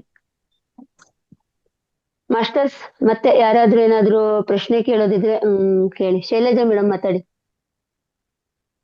ಅನ್ಮ್ಯೂಟ್ ಮಾಡ್ಕೊಳ್ಳಿ ಮೇಡಮ್. ನಮಸ್ತೆ ಮೇಡಮ್, ಮಧುರಾ ಮೇಡಮ್ ನಮಸ್ತೆ. ಸತ್ಯೇಂದ್ರ ಸರ್ ನಮಸ್ತೆ ಸರ್.